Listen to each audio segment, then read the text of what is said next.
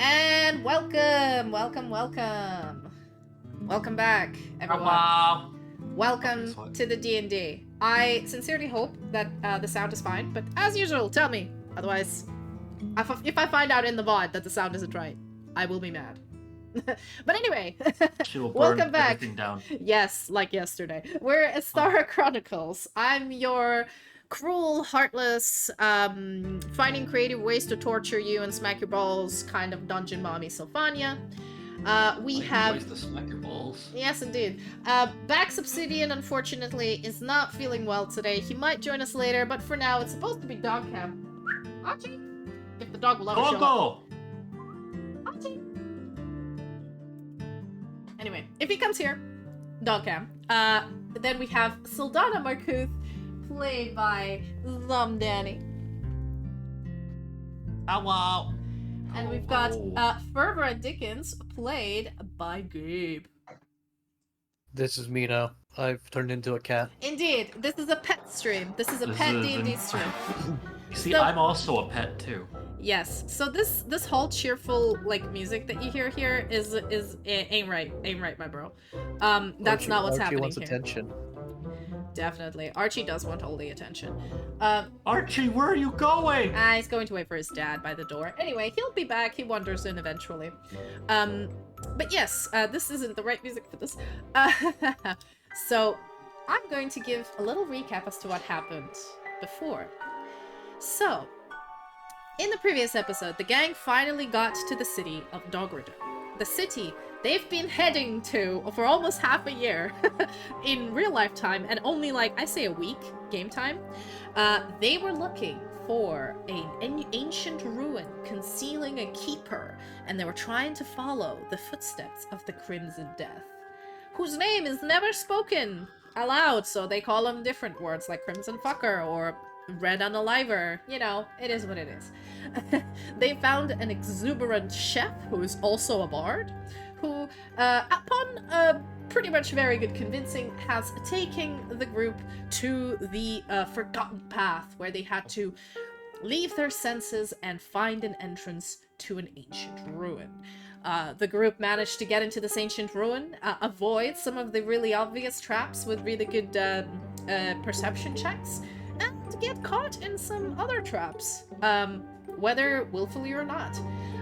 They've went through some rooms, but they actually noticed a very peculiar thing that's happening only to this particular dungeon, is the fact that none of them can use magic. Which means magical healing doesn't work. Which means key points don't work. Which means any sort of magic, and all of their magical items have become inert. But do you know what does work? My stapler. Your stapler does work. Your Mechanical stapler? things still work. You can't bleed to death if you staple the wound closed. That is very true. Now, we come back to the group who have just escaped a sort of room where the walls were shifting when they stepped on particular panels, and Sylfania has just had her leg squashed by the two doors, and the gang had a short rest. So, if I remember correctly, you guys should have, there we go. Your hit dice should have been less than they usually are. You've all healed up. Oh, Sylfania, how come your hit dice are, you still have 5 out of 5? That doesn't seem right. Wait, but He that's... didn't, I don't think he ever took any damage. Oh, I took damage. No, when the he door took like closed. 3d10 because the door closed on his Oh. leg. Or something. Yeah, I think- Sylfania rolled I'm looking a... at the chat. Yeah. Oh yeah, Sylfania rolled a 3 hit dice, I think. Yeah, I That's think it was... 7. You didn't actually roll your hit dice, but I was like, Oh, because wait. No, because we got out. I'm not trapped anymore. no, but you still took the damage and you took a short rest. Yeah. So you know the hit dice? When you roll your hit dice to heal up a little bit for a short rest, they get used up. So how many dice did you roll?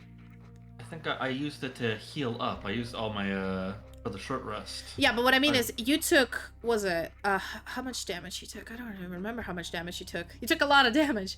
A lot of damage. I just got back 7 HP, though, from my, short rest. When I rolled, No, you have to spend your own, you have to spend specific hit dice. I don't think you did. You just rolled. I think I did. I thought I did, at least. I didn't. Potato. You know what? Let's waver it. It's 3d10 bludgeoning damage, and I do recall it being around 20. Is that correct? Quote me on that. I think it was around 20 damage that you took. So let's let's just say... just hand away with. Yeah, let's hand wave it and say you took 20 damage, because I remember I rolled pretty well. I rolled like a 7 and a 7 and then 8 or whatever. Okay. Let's just say you took a total of 20 damage, so you have 17 hit points. Now you can roll your hit dice. So click on the short rest again. Actually, you know what? I'll do it for you. I clicked on like roll. There you go. I did. Whoops. Yeah, correct. Do it again if you want one more hit point. One more hit dice. I thought I did it like this before. No, you can see in the chat you just rolled Yeah. 3d8. Yeah, there you go. Really? Yeah, that's why. Because again, this is a dungeon run. This is endurance. Definitely keep track of your hit dice. All right, awesome. You didn't heal up to full, but you're not at 0. So you guys are all good. As you guys have been resting, what you notice is that once again, Baax has been unresponsive. He He just fell unconscious again. He oh no! decided to take a short nap, and when you're trying to wake him up, he isn't budging. Which is frustrating. Backpack o'clock again. But yeah, I guess it's backpack o'clock once again. His joints are gonna be so sore. Indeed. He seems to be unharmed, and as usual, you're probably like, oh, he's probably talking to his god or something, but it's really strange how he's sleeping. And how can he talk to his god? He can't seem to connect to him in this place. But let's just say he's... You know what, I can't... Honestly, as DM, I can't think of a good reason. But let's just say, instead of fully asleep, he's just... He's seen how dangerous this place is, and he's given up the agency to Saldana. He says, Saldana, you are more careful than Fervent. I trust you. I'll just follow you. Wherever you go, I go. Little duckling. And you know what? He's gonna give you a help action for stuff. Okay. So, whatever perception check you want to do, he just helps you out, okay? He's like, I'd say he's a permanent advantage. Let's go. Dumbass NPC. Let's go. Okay, so... Man, I wish I could always be like this. Yeah. As you guys come out It could be if you put on the cat outfit. Oh boy. Yeah. As you guys come out of the sort of this hall of these strange walls, you take a seat near a wall, you rest, and as you get up, you start looking around at the place where you're in right now. At the moment, you're located in this very long corridor. One second. Yes, just double checking this card. Yeah, you come into this this corridor, and let me put up the way it looks like, because I have a picture for you. Yeah. You see this corridor, and there's doors on both sides of it. There are 5 doors on one side and 4 doors on another side. And you've been resting here, but you didn't really like spend too much attention on this place. But now you have this opportunity.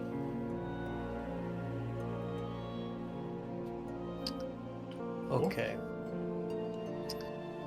So there's just a row of doors on both sides. Yep. I feel like we've done this before. I go to the first one. Yeah, I go to the first one on the right, and I just open it. Okay. First one on the right. Whoa, 1 second. Okay. Roll some damage table. You're not gonna bother trying to investigate. Okay, sure. Okay, you go up all the way to the first one on the right from where you come in. Okay. You open the door and you look in, and it's like it just looks like an empty room, and there's nothing in there. There's no. It's just a stone box in a way. Not much is happening. So you're like, okay. Okay. Close the door. Close the door. As you close the door, you hear a click. Like click from the door mechanism, or click from somewhere else. I don't know. Do you just hear a click? Coming from as you close the door, you hear a click. From the door. Yes. Okay. I'm going to grab one of my pythons and I'm just gonna scratch an X into the door. I'm just kind of like standing back, and can I just do a perception check just to examine all the doors? 1 second. Let me just get my dice. This is my dice back, by the way. Let me get my dice. Oh boy.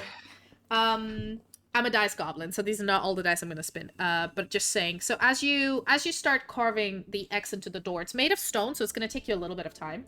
As you're doing this, Danny, please. I'm not like carving a hole. I'm just scratching a mark Yeah, but on the it. door is made of stone, so you have to like go multiple times, and like wood, where you can just go X. You're like, Not with a python. It's steel. sure, you know what? Fine. You scratch an X, and you're very focused on doing that. Danny, give me a perception check with advantage, because Baax is helping you. Yay!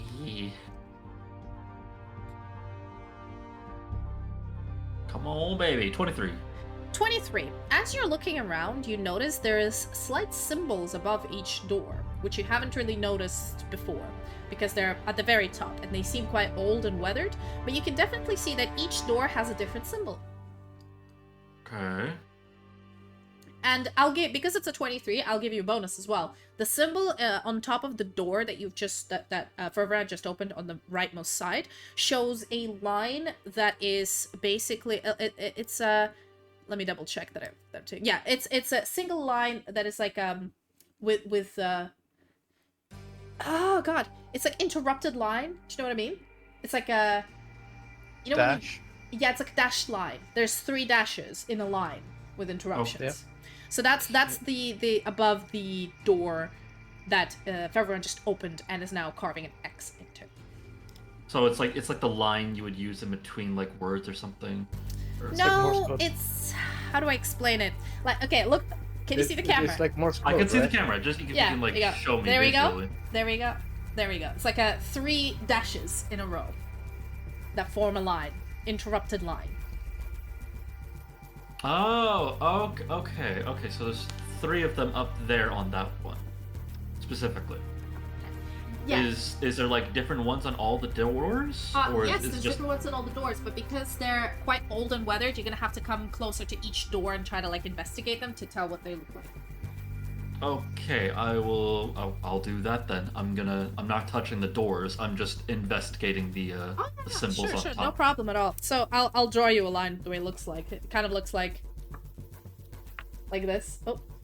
Yeah. It would. Okay. Having a more visual helps. Yeah. Okay. I see what you mean. Yeah.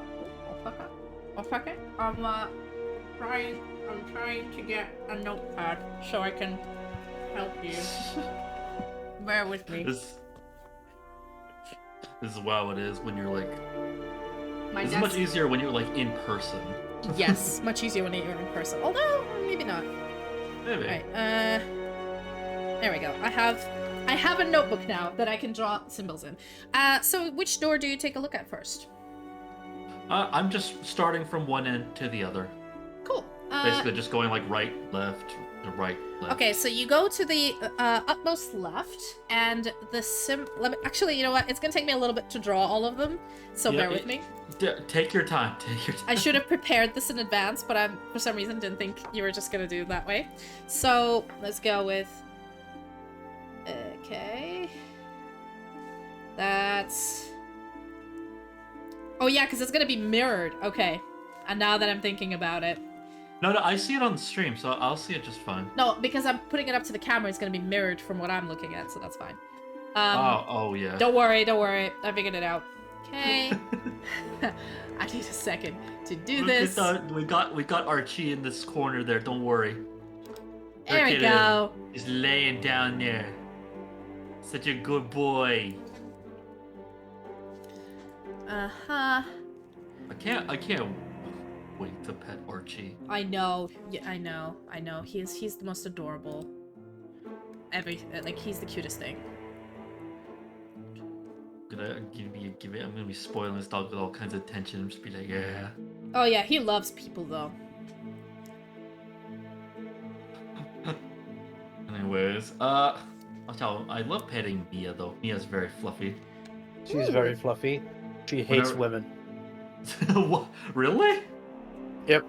Did you find that out or something? She lived with my mom, and like anytime my mom or my sister tried to do anything with her, she would kind of just leave. Like they could only feed her in the morning, and that was like the window where you could pet her is when she was getting fed. Anything beyond that, she would just fucking leave and hide. And then whenever I would come over, she would go out of hiding and just be all fucking over me. And like now she's living with me, and she never like leaves me alone anywhere. She's always orbiting around me somewhere. But if either a stranger comes along or a woman, she just leaves.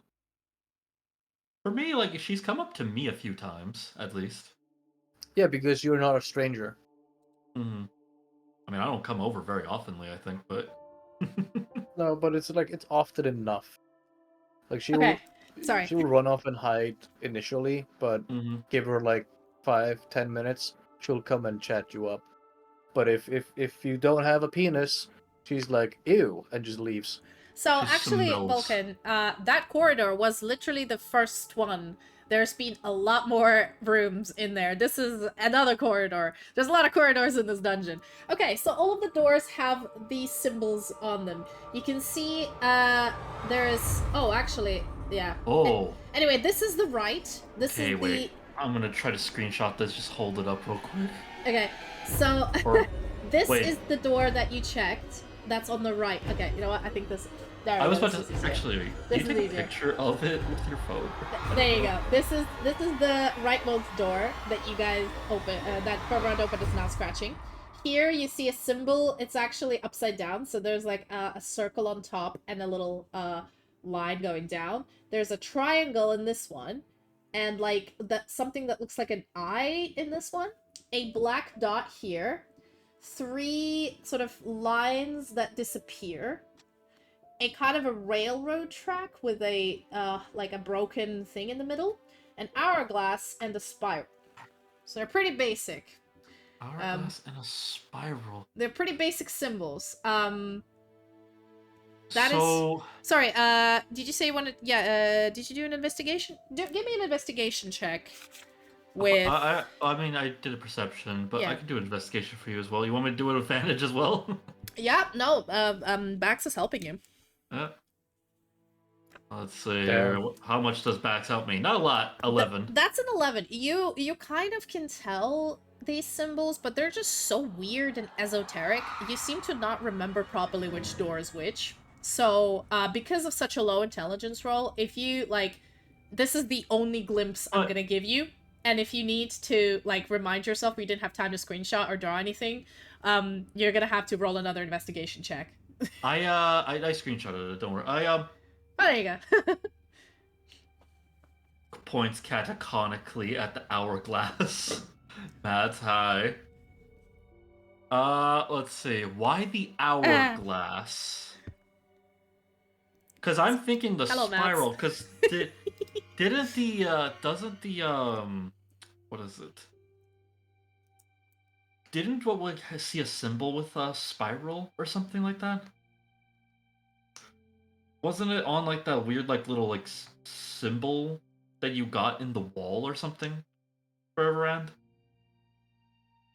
Do you mean like when I was going beyond the switching walls? Yeah, there was some sort of like symbol with that, or like a swirl or something. I mean, it pretty much just used the same symbols I already have on my little dice and cultist hat. Yeah, you And, notice all of these dagger. symbols? All of these symbols are exactly the same like on your dice. All of them. All of them. Even the outfit and dagger. Yeah, now that you notice, you're looking around, you've seen 1 or 2 of these symbols before, but now that Danny sort of... I assume you probably sat down and sketched them out or something. I've sketched it out, yeah, and I'm pointing it out to Fervran now. They're simple enough that you don't even need a performance check to draw these. These are very rudimentary symbols, and as you look at your dice, you rotate them, and you notice that each, like... The dice have different combinations of these, but there's 9 symbols in total, and your dice have all of them.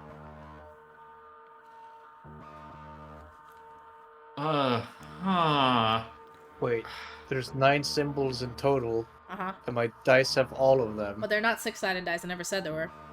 Oh, okay. How many sides are these dice? 8-sided dice. And between them, they have all of the symbols. But there are 9 symbols.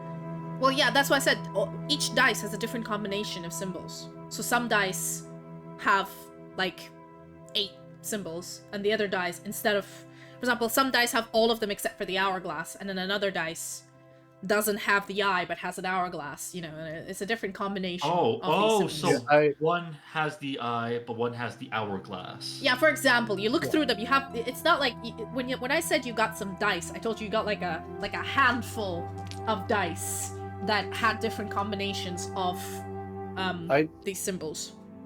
Yeah, I just want to know if all the dice switch out the same symbols or not. Seems to Like be those- no. Seems to be random. Okay. Okay. Are we supposed to use these dice for something? On my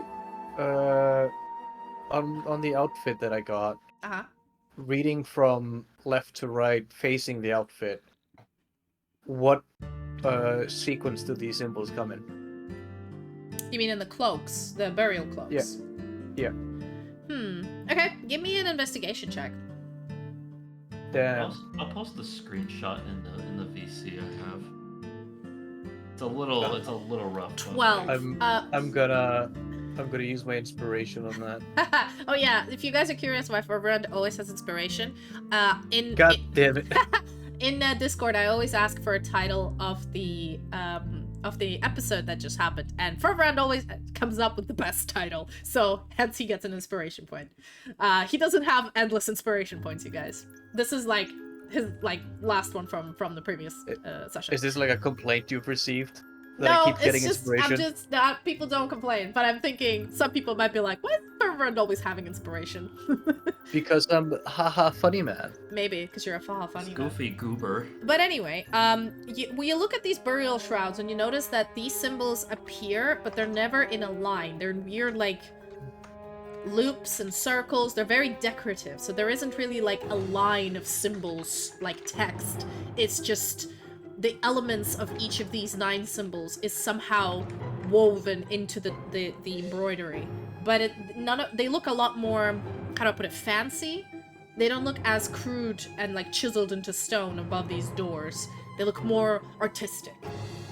So you with the 12, you can't seem to figure out the sequence, because you can't tell where they start and where they finish. It's just a pattern. Well, we recognize the symbols.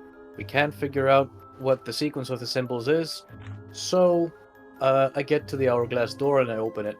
Okay, you open the hourglass door. You see basically you're ready to see your room, but what you see is like a fake door, so it's like an alcove. I spontaneously age 100 years and nothing changes. No, you look exactly the same as you were. Do you close the door? You know what? No, I leave it open. You leave it open? You hear a click. Yep. Okay.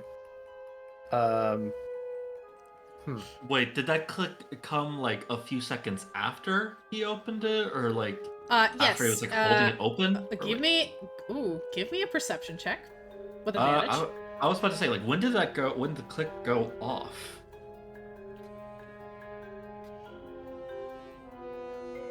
Damn. 15. You notice that as he opened the door, and you count to 3, so like 1, 2, 3, and you hear a click. It's just when he closed the door the first time that corresponded with the click, and here, because he left the door open, after about 3 seconds or a count of 3, it clicked again. Okay. I'll give you this. You notice this, that there's a click that happens after you open one of the doors. Yeah. There is a click. I figured that out now, and it's a little bit after, so it's just after we open the doors. Mm-hmm. I'm gonna continue down the hallway and see if there's anything there. Okay. Which door do you open next? So I'm going like all the way down the hallway. As you go all the way down the hallway, it seems like as you come to the end of it, you notice that the wall comes up almost up to your face really quickly. The only reason it seems endless is because of like there's very little light here. So there, because of the shadows, it just looks like an empty space, but there's a wall. The only exit out of this place is probably one of these doors. So no, so far it's been counting, so it's gone like he opened the first door, then it was 1, 2, 3, click. He opened the second door, it was 1, 2, 3, click. There isn't like the number of clicks, it's just a few seconds before the click starts. Okay, so there's just the wall at the end. There are no Yeah. I'm gonna use a perception to see if I can, or investigation, dealer's choice, to see if I can find any seams along the wall that indicate there's a door. Give me an investigation check.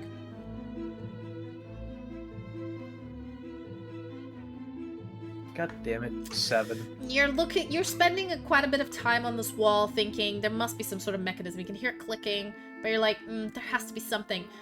Because it's less than 10, you don't find anything, but you waste a little bit of time. So, meanwhile, as for Brent is investigating the wall, what are you doing, Sylfania? Just 1, 2, 3, 4, 5, 6, opening the doors in a row based on the timing of the clicks. No, don't worry about it. Mads was thinking Mads, how about you just join the Discord and wake up. But it's okay. Mads, if you're gonna play in the chat, you could come play in the VC. Yeah, it's up to you. Anyway, what do you do, Sylfania? Yeah, what am I doing? Let's see. I'm trying to. Is there? I can only do.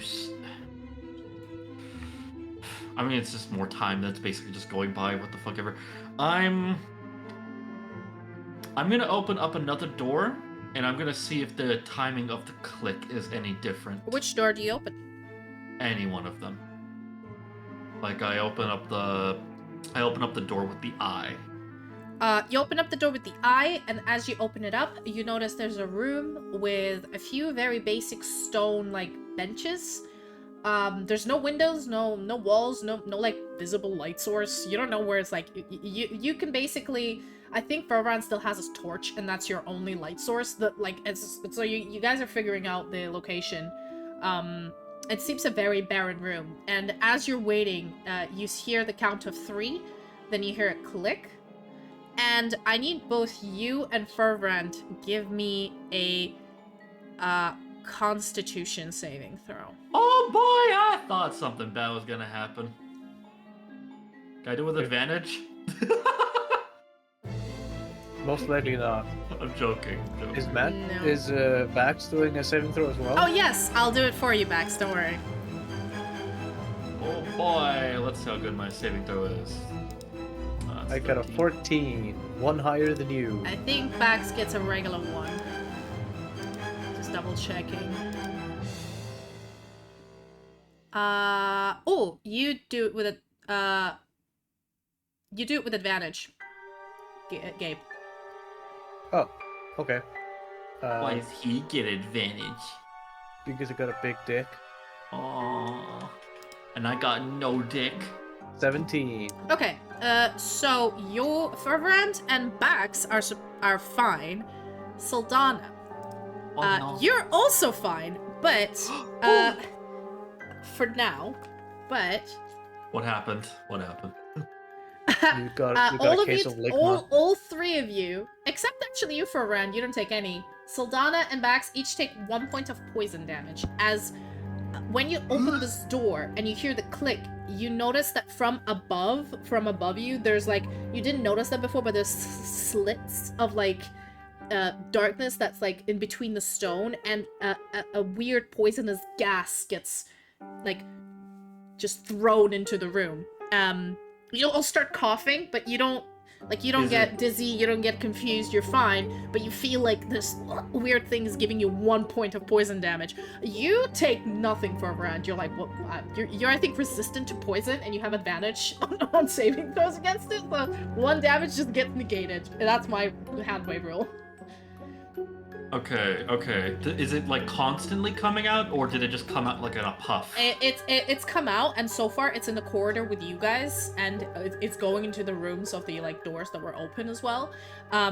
You don't see any other exit for this gas, and it seems to be just keep coming. Oh, okay, okay. Mm-hmm. So we might die. Well, if we don't figure this out. All right, so we're gonna go in initiative order. I need both of you to roll me initiative just to see who goes first. I was about to say, like, you might as well. Yeah. Because I'm running out of ideas here. Hi. Do a kickflip, gas turns off. I can't roll initiative because it's not a combat encounter. You know what? I'll roll your initiatives if that's okay with you. Yeah, I mean, I was just gonna do an ability check. It's the same bonus. Okay, so Fervent got 13, Sildana got 9. I'm just doing this so that I know who goes first. So Fervent, a puff of gas has just dropped down. You see Sildana and Baax coughing, and you're like, this is probably bad. And you see gas keeps coming. So My teammates are dying slowly. what do you do? Okay, where the gas is coming from the ceiling. Like, There's, from like, like the slits. doors. There's No, like no. a. There's on the Yeah. ceiling that you haven't really looked up and noticed. It's been hidden very well. In between, like, the stone slabs that cover up the ceiling, there's, like, thin, like, openings. Like, it's not a grate in a way, it's just, like, thin openings through which you now notice the gas is pouring through. Okay. How many are there? Like a lot of openings? Yeah, the full ceiling, like, the whole corridor is covered in it. The gas is not trickling down significantly, it's just a slow drop. So it's a thick gas. Okay. Wait, how high in the ceiling is it? Like, can I reach it? If you jump, maybe with the tips of your fingers. It's a pretty tall corridor. It's like, let's say 2.5 meters, 2 meters, 40 centimeters-ish. I use Baax as a stool and I climb up to one of the openings. Okay, you climb up to one of the openings. You can touch it with your fingers. I grab a python and I hammer it into the hole. What's a python again? It's a spike that you use for mountain climbing. You tie your rope to it so you don't fall down. Okay, you put it into one of the... They're not holes, they're like slits. You put it in the center of one of the slits. The gas splits, but it keeps coming. Are they like vertical slits or horizontal slits? Let me draw them. So, it kind of looks... So, if this is the corridor... Mm-hmm. It's the corridor, yeah? There's doors on each end. The slits on the top look like... Oh, they're like that big openings. Okay, I thought it were just like dots. No, they're like that. Like thin Okay. lines. But because it's on the ceiling, you don't really notice it because it's like hidden between the slabs that constitute the ceiling. I believe that's your turn. Do you reckon that's a good 6 seconds of I mean, you? if I thought it was a dot hole, but if it's like a vertical, Yeah. kinda Okay, you know what? I'll let opening you do that. slab. Yeah, you're not gonna hammer it in, but you're now next to it. You took a closer look at it and you realize that they're all very thin slits. They're so thin you can't even put your fingers into them. They're very fine, but because there's a Smells lot so of them, good. the gas is dropping like from above. Okay. At that case, I'm just going to take my water skin and one of the like a part of a cloth, and I'm just gonna soak it in the water and tie it around my face. Yeah, go ahead. I mean, you already have advantage on this. It's not gonna help you, but sure, sounds good. I mean, I'm not gonna breathe in any dust. Yeah, I okay, advise that's your the turn. two of them to do the same. Sildana. I guess I do that as well. You do that as well. I'll give you advantage on con saving throws, but you don't have, like, yet. Because you now have a makeshift mask. Do you make one for Baax as well, or no? Yeah, I'll make one for Baax. I mean, Okay. he does have a snout, so I guess if he breathes through his nose. At the end of this turn, I need you both to give me another Constitution saving throw again. At the end of this turn. Well, it's now at the end of your turn, Sylfania, because it took you a while to make this handkerchief. Nat 20. I mean, for a rent, don't even bother. You're fine. Saving throw? Yeah. Advantage? Constitution. No. Straight. Oh, does it not have advantage because of the cloth? Oh yeah, no, sorry, you do have advantage. Apologies. Oh, I needed that. I got you, boy. Oh my god. Somehow even worse. Right, so Baax managed to get... Alright, so you got 10, and Baax has got 18. Sylfania, you take 4 points of poison damage. Baax, you take 2. Furbrand, you take none. So... Yeah. Alright, now it's your turn again, Furbrand. What do you do? The door with the hourglass that was open, Uh-huh. I'm gonna close it and open it again. Okay, as you close it and open it again, you also hear a 3-second and then a click.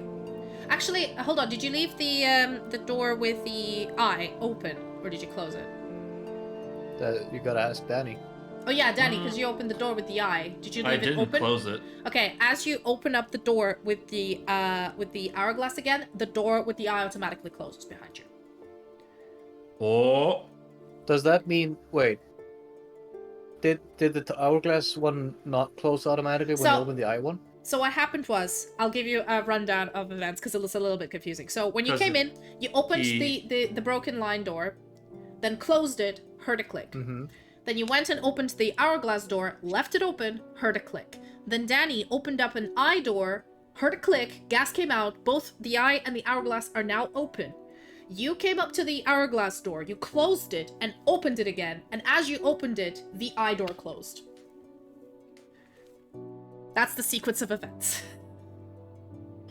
Okay, you know what? Give me an intelligence check to see what the fuck happened. Like, just give me an investigation. I get it. We gotta open the doors in the correct order. Yeah, that seems to be like what the case is. Give me an investigation check. Who's got the higher intelligence? Just do it. I have 12. I have 16. Oh, you go. I'm not proficient in investigation, though. I am proficient in investigation. Do you have higher than a +3? I have a +4. Then you have more than me. Okay, so I'm rolling. Go ahead. I'll let you swap your turns. Because bads. I'll let you swap your turns. Alright, 18. Sylfania, as you see this, you've had little snippets of what's going on slowly coming through in your mind, but you just couldn't really piece it together. Now that you've seen the door close, and with the gas, I'm gonna give you a few, like, what you've gleaned from this. You've realized that is correct. You need to open a correct sequence of doors to proceed. If you open an incorrect sequence of doors, poison gas happens. Which, okay, fair enough. And apparently, you opened 3 doors, and when you opened and closed the 4th one, it feels like something reset. And then your brain immediately goes to those 3 count and clicks. It's as if you need to open, for your account, probably 3 doors in a correct sequence, and then potentially that should be it. This is what you can glean with an 18. With all of the hints given to you. I basically try to explain this as well to Fervorand. Now, the sequence of doors, you don't know, but the mechanism from the evidence given to you and your investigation check, you can deduce it's probably going to be 3 doors. Can I use history or investigation to try and decipher the symbols themselves, find the meaning in them? I'd say you've tried this before, and you don't really know the history of this ancient ruin enough. None of you are historians. But the one thing I can do is I can, if you give me, like, you have the dice, you have the ritual dagger you picked up in the previous room, which has some symbols on it, and then you also have the shrouds. I will let you do another investigation check, but I'll give it to you with disadvantage. And I'm giving you a DC of 18. So it's not impossible, but it's gonna be really difficult. 13. That's a no. You basically take out all of the things that have these symbols in front of you, right? You line them up on the floor, and you're just like you know that crazy guy with the board and the red lines, just trying to figure out what each symbol means. But you don't have a manual, you don't have a book, you've never seen these symbols before. They're not like anything anybody's ever seen. And Baax is catatonic, but even he hasn't seen them before. The scholar type. So you know have all the evidence in front of you. However, it is now, one more time, your turn to give me a Constitution saving throw. Oh no. After this, can I try to do an insight check? 1 second, let me resolve this. Okay. Do I have an advantage on this roll? You do. Okay. Everybody has advantage on this roll. Not 20! Nice! Hold up. I need a second. I need a second, guys. Yep. Whoa, 1 second, what's happening? Why are there ads in my live stream? Fucking YouTube. Yeah, okay, bear with me. I just need to do something here. I need to put a note, because I know you got a nat 20 for a run, right? Mm-hmm. And you got a nat 20, Saldana. Yes, Archie's playing as Baax today, because Baax isn't feeling well. Oh, it just went to a different video. Why?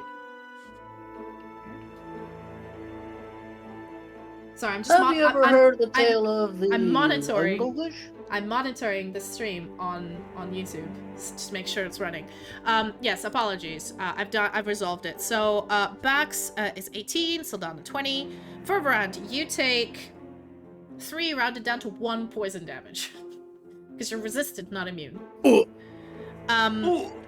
So far, you realize this gas isn't really powerful, but because this is not an easy puzzle to understand, it just will slowly whittle away at you if you linger. And it is your turn again, Fervorant. But you can swap your turns if you like. So, Saldana, what did you want to do before? Sorry? I wanted to see if I could try to do like a wisdom insight check on the just me trying to interpret the meaning of the symbols to the dice. Yeah, give me an insight check. Sure. All the other stuff. Yeah. Sure, give me an insight check. See if you advantage. I'd say that's not what insight is used for, so give me a disadvantage. Well, I mean, okay. Insight is to read people, not objects. It's like 19. 19. As you're looking at the dagger, you notice that on the hilt there is a sequence of symbols drawn. It is longer than 3, so there are like 4 symbols on there. As I said before, the shroud, it has multiple symbols on it. And the dice have random combinations of symbols. I believe those are all the 3 things that Fervorant pulled out of his backpack. So from looking at the dagger, you notice there's a sequence of 4 symbols. Going from the hilt down, the sequence, so the blade is here, and the hilt would be like this bit. So if you're reading it from the blade side, like up, what you see a black dot, 3 lines that are disappearing. Then you see an eye, and you see a black dot with a line coming out of it. Wait, so I see a black dot with a... Yeah, it's one of the symbols. Yeah, it's one of the symbols, like all the other ones. But there's 4 symbols on this dagger. I didn't hear the previous symbols because Mia wanted some attention.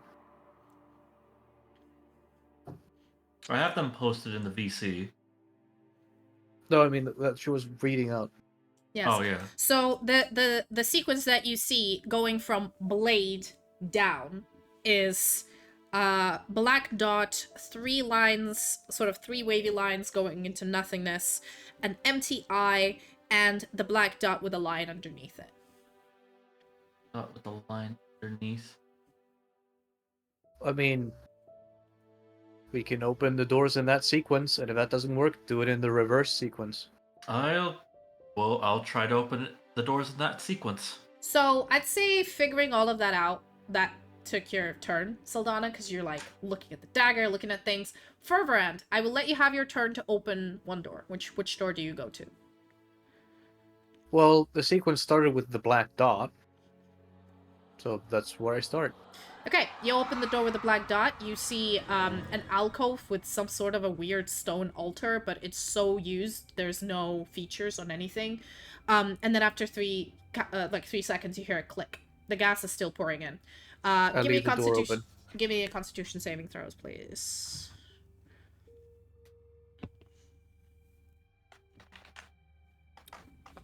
20. Everybody give him to me with advantage. Everybody what? Give me Constitution saving throws with advantage. Oh, yeah. You're fortunate to get the wet mask. 13. Okay, 1. you are fine. Baax takes 2 damage. Oh. Yeah, it's you can open 2 more doors. What kind of doors do you open? Well, Danny? In the order that we're talking about. Which was? So you open the door with the dot, with the line underneath. And the second one in the order was... sorry. The wavy symbols fading out. Okay, so the wavy symbols. The door right next to it. You open it, you see a room that's barren. You hear 3 seconds a click. Gas is still pouring. You got 1 more chance. Before you have to do another saving throw. And the next door? The MTI at the other end of the room. Yeah, the MTI. I'll open that one. As you open that door, both the black dot, the hourglass that was open previously, and the faded line close. And you hear 3 seconds a click. And give me a Constitution saving throw. God damn it. We had to close the other door. You had to reset this cycle. Oh, did we not do that? No. Because you opened the hourglass and then you went basically the second symbol. It's a mechanical trap, bro. Alright, we'll try it again. Dot waves I. Dot waves I. We both do that. Okay, hold on. Let me do Baax's again. So you, Fervorant, you got 11. Finally, Baax got a nat 20. I got 11. Okay, you also have 11, Fervorant. Okay, both of you, Fervorant, you take 2 points of poison damage. Saldana, you take 4 points of poison damage. Oh my god. Baax is fine. Awesome. Okay, so to reiterate, after all of these sort of trials, you realize that whenever the doors close and the door you open is the first one in the sequence. At the moment, your first door in the sequence is an eye, which is, you assume, incorrect. So you have to reset the sequence somehow. Like, you have to open 2 more doors and then start with the correct one. Yeah. Right now, it is reset. No, it's not reset. You started a new cycle by opening the eye door. Just fucking open and close the dot door until the sequence resets. Okay, yeah. I open, close the dot door. I will let you do it in one turn because it's just like.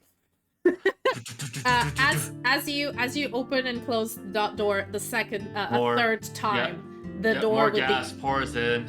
Yeah, the door. No, wait. The door with the eye closes, and okay, I'll give you this. You are now sure you've started a new sequence with the black dot. I'll give you this. And after doing this, yeah, I'd say you open the wavy door, and then you have to do another saving throw. Okay. With advantage. 17.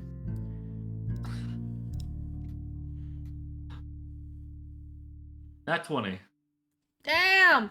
Nice. Nobody takes any damage. damage. You guys have managed to really, like, do it well. None of you taken any damage. Okay, you have 2 more turns. So you've opened the black dot door.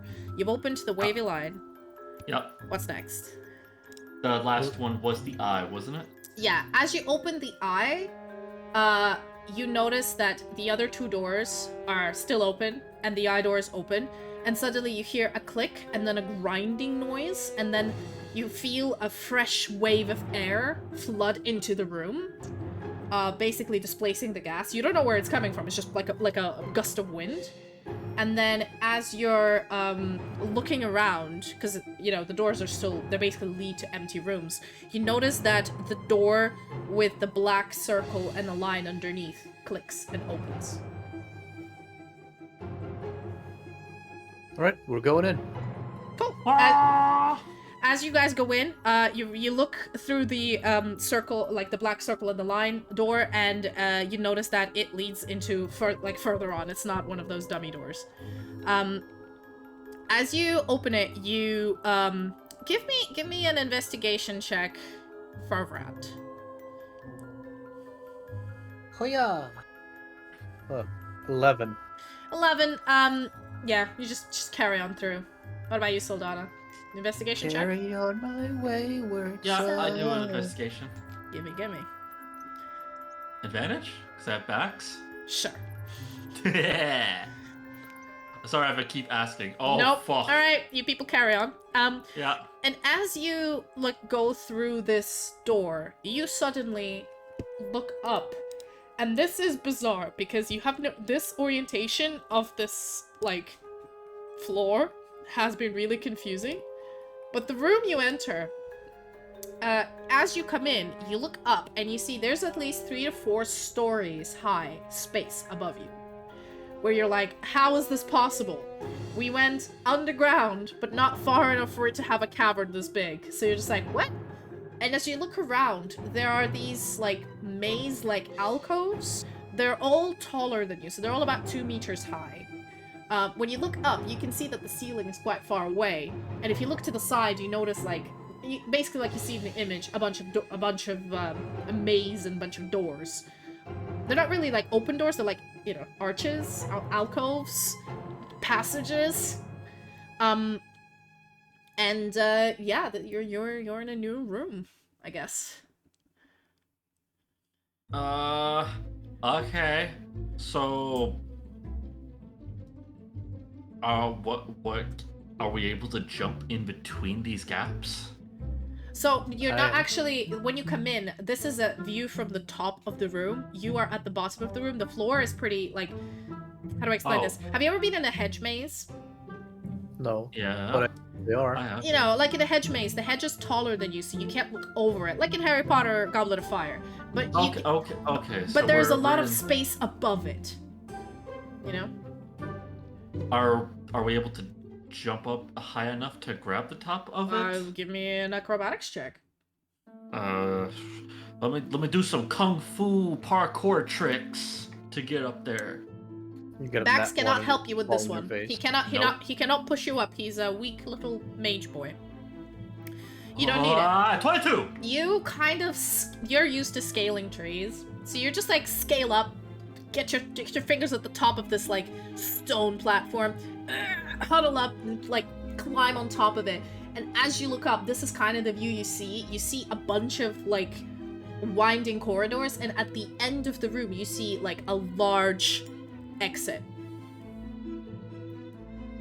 A very large exit. Well, you can see all the way from here. It's just quite a bit away. Are you gonna do a perception check or an investigation? Sure. Perception? Yes.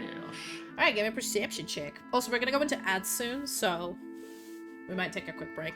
19. 19. As you look through, you notice that some alcoves, or these little black entrances, ways through the maze, they also all have weird symbols on them. And it's the same combination of the 9. With the 19, though, you notice that one of the symbols is repeating. Which one? You'll find out after this ad break. Yeah, go get yourself a drink, go take a piss. Yep. And we'll be back in 3 to 4 minutes. Fuck yeah.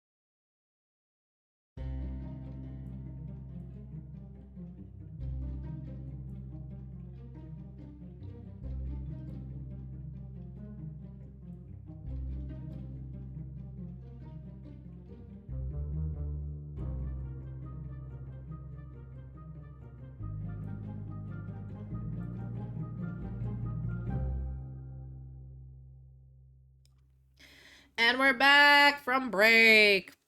How is everybody? How are you all? The ads are gone. I'm Sup, okay. Jester? Yes, the socials. Grab the socials. I'll give you roles on Discord, the ones you need. Just pick the right emote, and then I'll assign them to you manually. Anyway, back to the game. These guys have managed to go through a corridor of doors in an hour. But hey, good. They've done it. Oh, hello. And now they're in this big open space with kind of like a stone hedge maze. Sylfania managed to climb on top of one of the walls, and as she's looking down, she noticed that all 9 symbols that they've seen in the previous room are all located above each sort of entrance or split road. A few of them repeat a few times.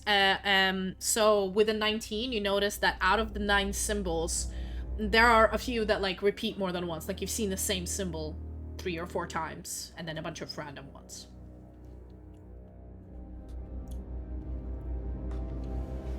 What is this repeating symbol? It is a spiral. The spiral, okay. Maybe because we're going in a circle here. So how many times is it repeating the spiral? So as you're looking around, you notice that the spiral is during the like first fork, or like the first choice between left and right. You notice there's a spiral. As you look further in, from your vantage point, it's kind of hard to tell. But you see it from like on your, as your gaze travels across the maze, you notice it repeating more times than you see the other symbols from where you're looking. Okay. But you can't really see. Yeah, sorry. Since we're above the maze, just look for the exit, and we can just hop on over. Like, what stops me from just doing that? Nothing. But Farbrad, have you hopped up on the wall yet? He hasn't done the rolls yet. Exactly. No, I haven't. I just tie a rope around my crowbar and toss it over. Tell Danny to grab it, and we just climb up. Yeah, we just climb up like that. Cool. You guys climb up. Still give me an acrobatics check, just in case you're rolling that one. All right. I'm sorry, Mia. I gotta move my arm. How could you do this, Nat? How could you do this? You do this to me. I love how Archie's just passed the fuck out. Archie is dead on the ground.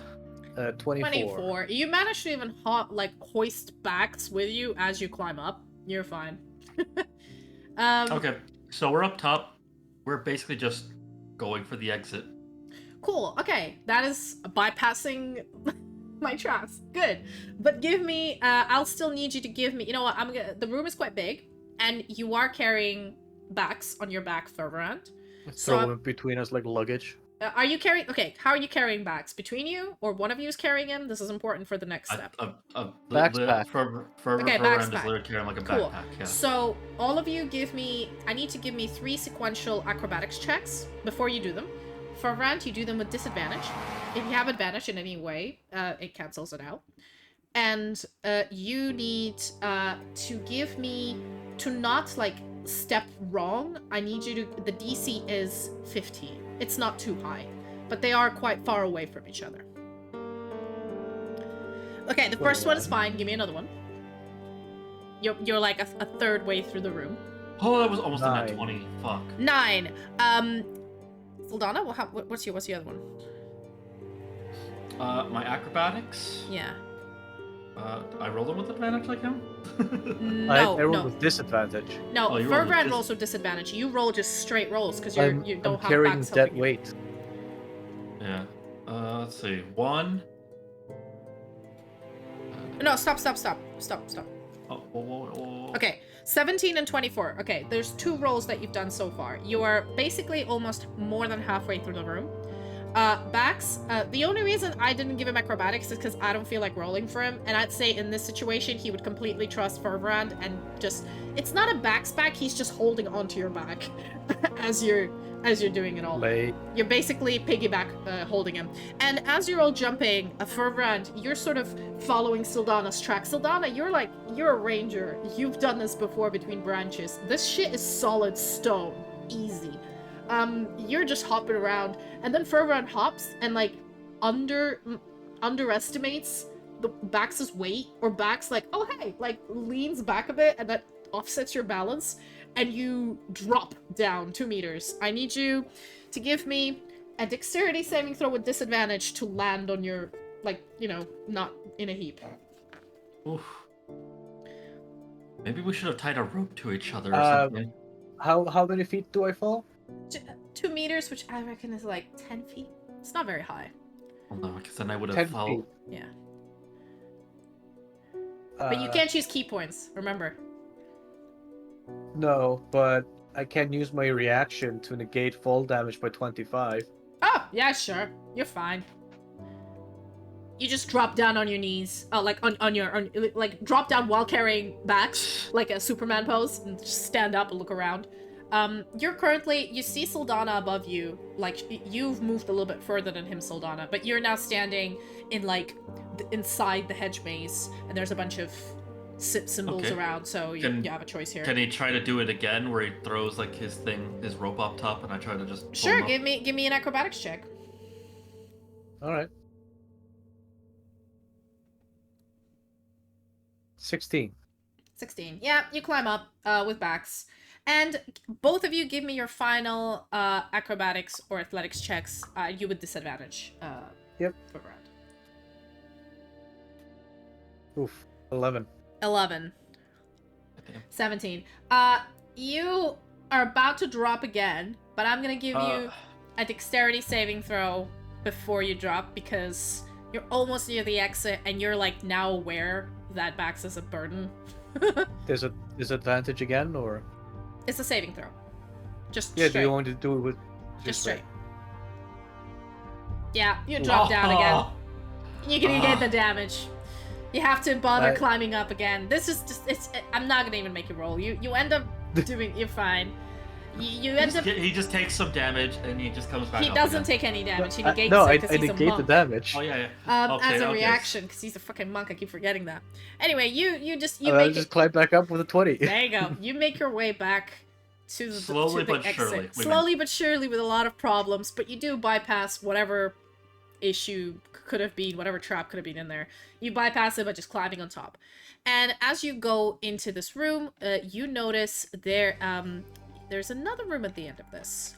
It's much smaller. Another room. Another room. Behind the door is another door. It's as if this is a mega dungeon. You said it was a medium dungeon. It is a medium dungeon. As you go into this room, you notice that there's a weird light source. You're not sure where it's coming from, like from in between the walls, like underneath the altar. You're not sure, but you see like there's a bunch of stone pews and an altar at the end of the room. It looks, comparing to all the other places that look like this is a trap door, or, you know, this is a maze, you know, this is more of a, it's a respite area, this like, oh, relax and chill area. And there's a small stone bowl filled with still water. Hey, Baax, you thirsty? It's just still water. Like Yep. I'm gonna put like my finger in it and try to like taste it. Okay, Sure, as you sure. come up to the water, you put your finger in it, and I need you to give me a dexterity saving throw.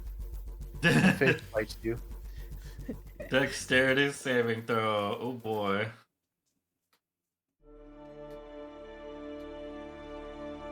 Oh baby. Oh Uh-oh. bitch. Hey, okay, okay, Oh what? Do I lose my finger? no.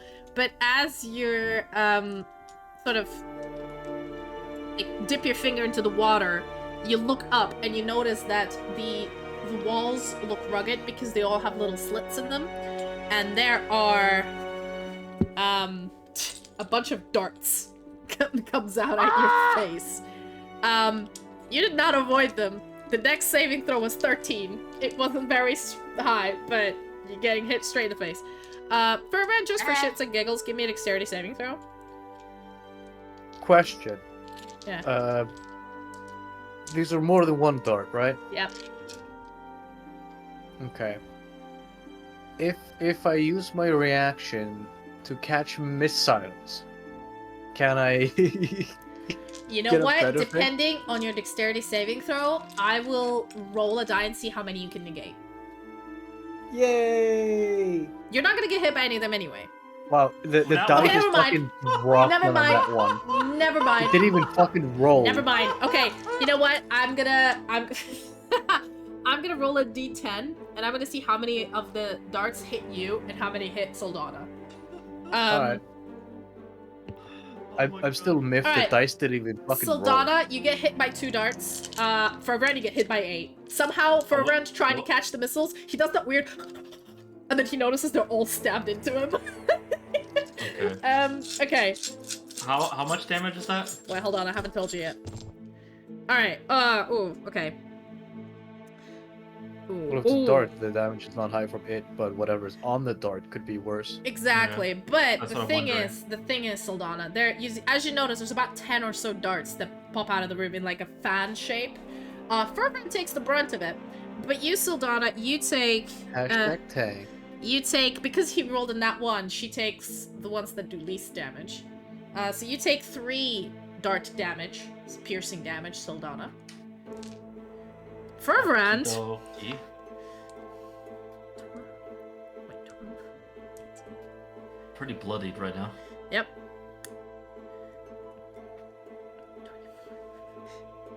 Jesus. How's Fervorand doing? Oof. Pretty good. Oof. I have lost 3 hit points so far. You're gonna lose a lot more now. I can handle it. You lose 41 hit points. I lose 41. Yep, it's 8d10. 8d6, and I rolled 5 6s and a 5. Can I use my catch reaction? You know what? I'll let you. Yeah. What is the catch reaction again? Can you tell me what it? As a reaction, I can negate the damage of a ranged attack by a d10, and if it reduces the damage to 0, I catch it. You can do it to. Sure, you can do it to a few darts. Like I'll let you do it to the total. Okay. I reduce it by 19. Nice. So 41 minus 19 is 31 minus 9. Fuck math. Math. You want me to? I got this. You got it. You take 22 piercing damage. That's better than 41. Better than 41. You have I'm not to. dead. You're not dead. There you go. How bad are you right now? Out of 43, 18.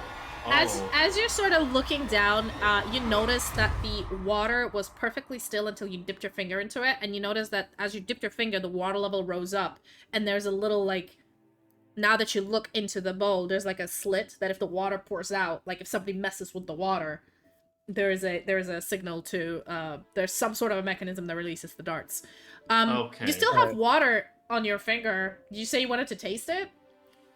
Yeah. So As you taste it, So- it's potable, but has like a bitter metallic taste. It's kinda Okay, weird. so not really filtered water. Got it. Don't drink So- still water. Never drink still water. That's always. Baax is in a safe range from the darts, right? I'd say because he's on your back. Still. Did the darts reach like the end of the room? No, they were about like 10. You guys came in, and Sylfania dipped her finger in, and I assume we're next to her. And the darts sort of originated from the bowl, so at like 10 feet.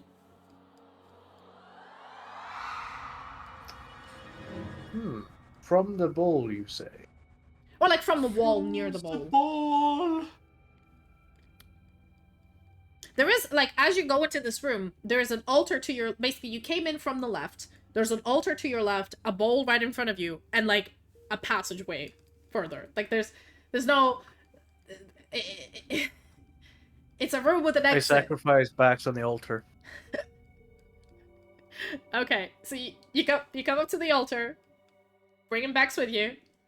And I just put him on the altar. You just seat him on the altar. Yep, I just like lifting a toddler. I just pick him up and put him on the altar. I need both you and Baax to give me a dexterity saving throw. Yeah, boy. Well, I mean, he can't really. You don't have to, Sylfania. You're still near the water ball, I assume. 17. Back rolls a 7. He just fucking explodes. Like a spike comes up, just giving him a fucking probe. As you sit him on the altar, you hear you hear a shift, and the altar like lowers a little bit, and you notice similar slits in the wall.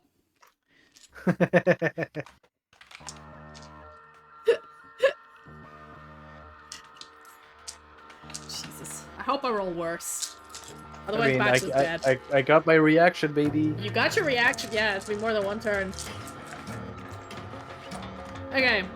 Oh, jeez. Well, it's better than last time, thankfully. So we got...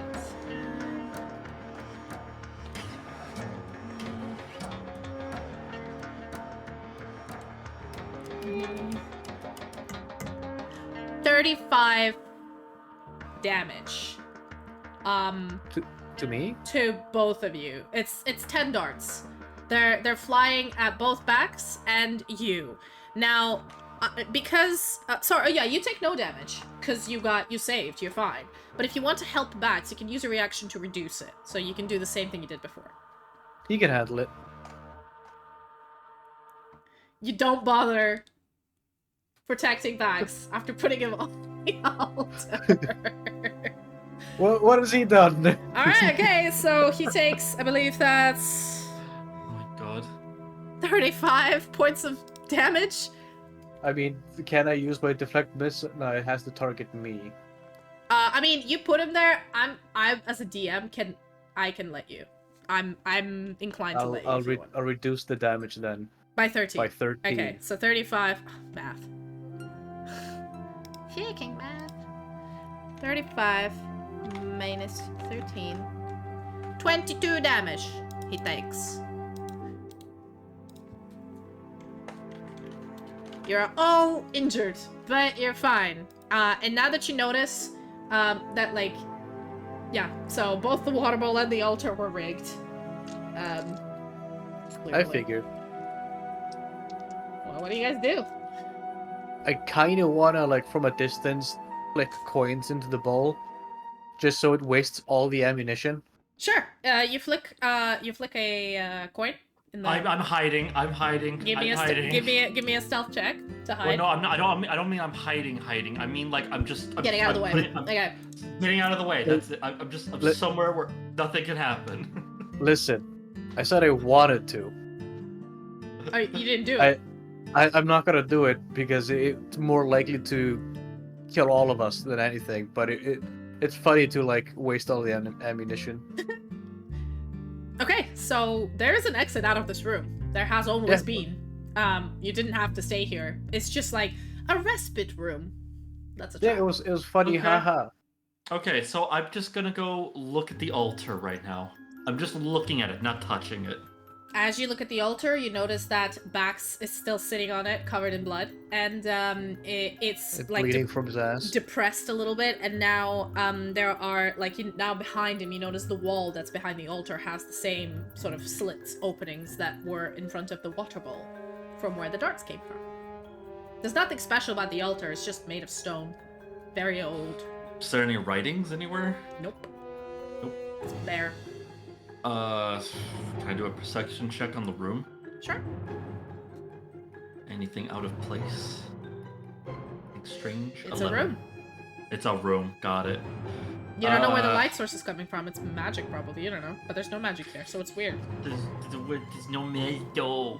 Is the stone glowing? If I put my hand up to the stone, does my hand like block any of the light you. or? Nope. No. Stone's cold, a little wet. Gives you a little nibble. So okay. So maybe this room doesn't go anywhere. Maybe this is not really the exit we were supposed to go to. No, the room continues on. This is just the break Yeah, room. there's the... Oh, As you came in, as I said, you're coming in, and to your, like, you enter this room, you see the altar, the bowl, and then at the end of, like, literally in front of you is an exit to the next room. okay, my bad. Do you want to rest here for a bit? I would like to take a short rest. I would Go like ahead. to take a short rest as well. Go ahead. I will roll your hit dice Baax.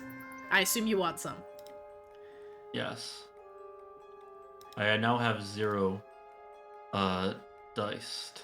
Same. Yeah. Do you have any more healing potions on you?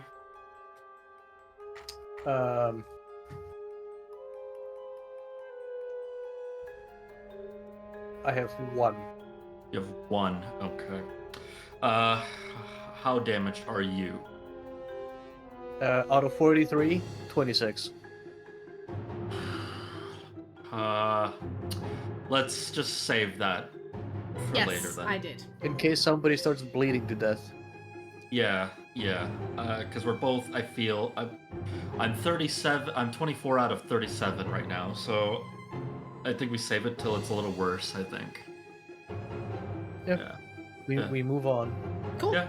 After taking a short rest, this room seems actually quiet, and there's nothing like the pews, the benches aren't rigged. You just sit down on them and relax. It's all fine. After you've healed up a little bit, relaxed, you know, you've already been a while in this underground place, starting to the lack of magic and the silence starts really like oppressing you. But you're still fine. Yes, we do have a dog, Archie. Archie! He'll come in a little bit. Archie, baby, come here. Archie, come here. There he is. Hi. Yeah. Were you sleeping in Dad's room? Yeah, cause you miss him. My boyfriend's out of the house because he's playing Warhammer, so dog's sleeping in his study because he misses him. Anyway, moving along. Nobody cares about my life. let's carry. I care. He's like, why'd you call me and not give Bitty snacks, you bitch? Where's my treats? Oh, he's gonna stay. Oh, yeah. There we go. Where's my ham? You get dog ham. It's because one of our players is not feeling well, so he's in chat, but he wasn't feeling up to a webcam game. So here we go. We have kitty cam and so dog cam. You have cat cam and dog cam instead. Best episode. I mean, Right. Priorities. Indeed. I mean, I have no qualms. As you go into the next room, you notice that it is basically, it's not even a room, it's just a door. The door has 9 symbols on it again. There are, and these symbols are like, they look like they're in circular panels. Do you know what I mean?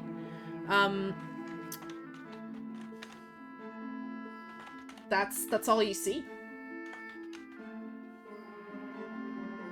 These specific symbols. Oh yeah, the same. No, nine symbols. The same Same 9. Same 9. You feel that there's a pattern here somewhere.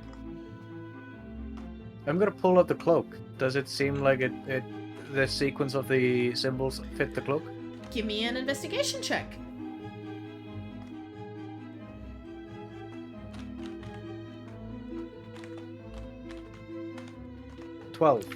Nah, the cloak has them in a different combination, and it's more like artistic. You realize that the cloak basically just had a combination artistically. The dagger still has the 4 symbols one after another. And there were a few symbols that you've seen that, you know, like there was a bunch of other symbols that were repeating in other places through this corridor, like through this floor, I guess, but you don't really get any more hints than what you already know. I push the spiral symbol. You push the spiral symbol. It indents. The rest of the symbols seem fine. You hear a click. Oh, we hear a click? Yeah. Like, is it a similar click to like it was before? Not really. You just feel like as you push it through, you hear like the sound of stone clicking in place. Oh, okay. you guys have a reference to all the 9 symbols in the chat, so just pick one. So you did the spiral first, yeah? Okay. Yeah. I'm just thinking. Oh.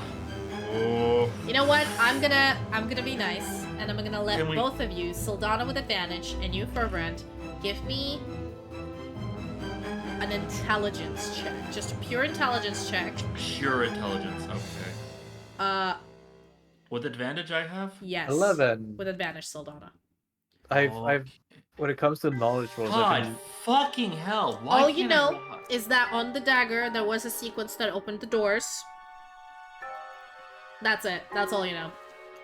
that was my second guess. Like, I wanted to try the spiral because the maze was repeating it. Yes, you do remember there was a spiral that kept repeating in the maze, and you remember that there's a dagger with a 4 symbols on it. That's it. That's all you have. With these intelligence, you're like, okay, I guess we're just gonna have to try.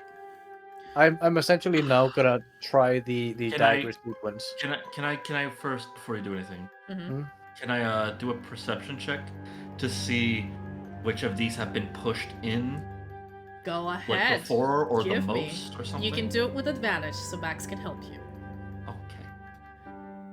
Because I have very high perception. 25. 25. You notice that the symbols that have a little bit of wear and tear that's more than the rest of this door are black circle, spiral, empty eye, fading wave, and then a black circle with a line. So it's basically the 4 symbols that are on the dagger and the spiral. The rest Simple. seem less used. Of course, you can't figure out the sequence, but you are 100% sure that you basically have to click these 5 in whatever combination. You don't know if you have to repeat them or not. Actually, with a 25, I'm gonna give you this as well, because that's pretty high. You see that they're all equally, like, the level of wear is equal on all of them, so I'm gonna give you this deduction that you need to press each one of them once. There's no need to repeat the sequence. So there's only 5 buttons you have to press. What the sequence of these buttons is, you're gonna have to figure out yourself, but you are pretty sure you don't need to repeat any of them. Well, I then proceed to do the patterns from the dagger. So you first clicked the spiral, it's still, like, in there. Then you click... Yep, then I do the dagger. Okay, you do the black, and then you do the fading, waves. the wave. And as you click the wave, I need you and Sildana and Baax to give me a dexterity saving throw. Oh boy. Well, that's You do it with Dexterity you do save. it straight for a run. You're not carrying Baax anymore. Oof. 17. 26. Baax failed. He got a nat 1. The rest of you are fine. That is catatonic. All right. Well, we have to press 5 buttons, Yes. and all the buttons symbols are the ones from the dagger. Yes. You But when I started. pressed the symbol from the dagger, it failed. No, the first symbol you pressed was the spiral, and it kept indenting. Then you pressed the black circle, it kept indenting, and then you pressed the wave. Which is the next one in the sequence. Oh, cool. It is the next one in the sequence if you started correctly. Now I'm gonna do some damage for Baax. Let's hope he doesn't. So that wasn't the correct sequences, basically. Give me you know what? Give me an investigation check. Give you an investigation check. Yes. Ooh, Baax, you Okay. lucky bitch. Is he I dead? rolled low. I rolled Oh, low. thank you. 22. 22. I'll tell you next, but I rolled really low, Baax. You lucky. I did an investigation. 22. You take only 16 damage, Baax. Could have been much more. As you basically notice that as you see the door, it's a little bit further into the wall, and there's like holes on both sides of the wall that more darts just come at Baax. You two managed to like duck back, but Baax he was so focused on the symbols and helping you with the use of like how worn they were, he didn't even notice the fact that there were like whooshing sounds next to him. But he's still fine. He's still up, I think. We're all good. With a 22, you figure out that these are the 5 symbols. The spiral, which was the main theme of the maze. So basically the most repeated symbol was spiral. In your head, you're like, your brain is working overtime. You're not really a dungeon delver. You're not really a ancient ruined tomb raider. But you're like, if a repeating symbol is always there, it's probably the safe path through the maze. So that was a symbol I should have pressed as well. However, you then see the dagger ones, and you're like, okay, I started wrong. Maybe I should start with the dagger sequence. And then press, like, basically start with the dagger, and then put the spiral somewhere in there. Like, these symbols mean something, you just don't know what.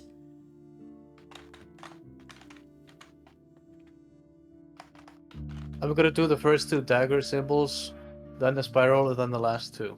Okay, you click the first 2. Are all of you standing near the door at this point? Or did you all decide to be safe? assume they're backing away. I would back away. Okay, so it's just you, Furvran, standing near the door. Mm-hmm. And you know what? I'm gonna give you advantage on that dexterity saving throw because you're aware that if you click it wrong, these things will come at you. You click the black circle, indentation. You click the wave, indentation. You click the spiral. And as you click the spiral, give me a dexterity saving throw with advantage. God damn it. Oh, oops. It was supposed to be with advantage. There we go. No, it's even It's worse. fine. 12, It's fine. You 15. managed to avoid the darts. And at this point, you realize that you started correctly, but probably the spiral needs to go somewhere else in the sequence. Mm-hmm. Well, then I just move along, like first 3, then the spiral, then the last one. Yep. As you click the black circle, fading wave, empty eye, nothing happens. You click the spiral, nothing seems to happen. And then you click the black circle with a line, then you hear... And the door, like a vault door, basically just unlocks a little bit on its own, and it's really heavy. You're gonna have to push it, but the door now is open. You want me to push that thing with my 12 in strength? I mean, it's fine. I got a crowbar. Sure. I'd come over and I would help. Yeah, at this point, you all help. Even Baax puts his back into it, and as you push the door open, what you see is stairs going down, deeper Just and deeper and deeper. there's just like graffiti of a dick butt on the wall, and that's it. There isn't much graffiti, but you notice that now you've kind of been going mostly flat through this whole thing, and now you're going more underground. And as you sort of open this door, you sort of... the air is way more stale. The darkness starts pressing you more, and there's a faint scent of decay, just a tiny one. You know? This give me flashbacks. PTSD, baby. Okay. As you go to the next room.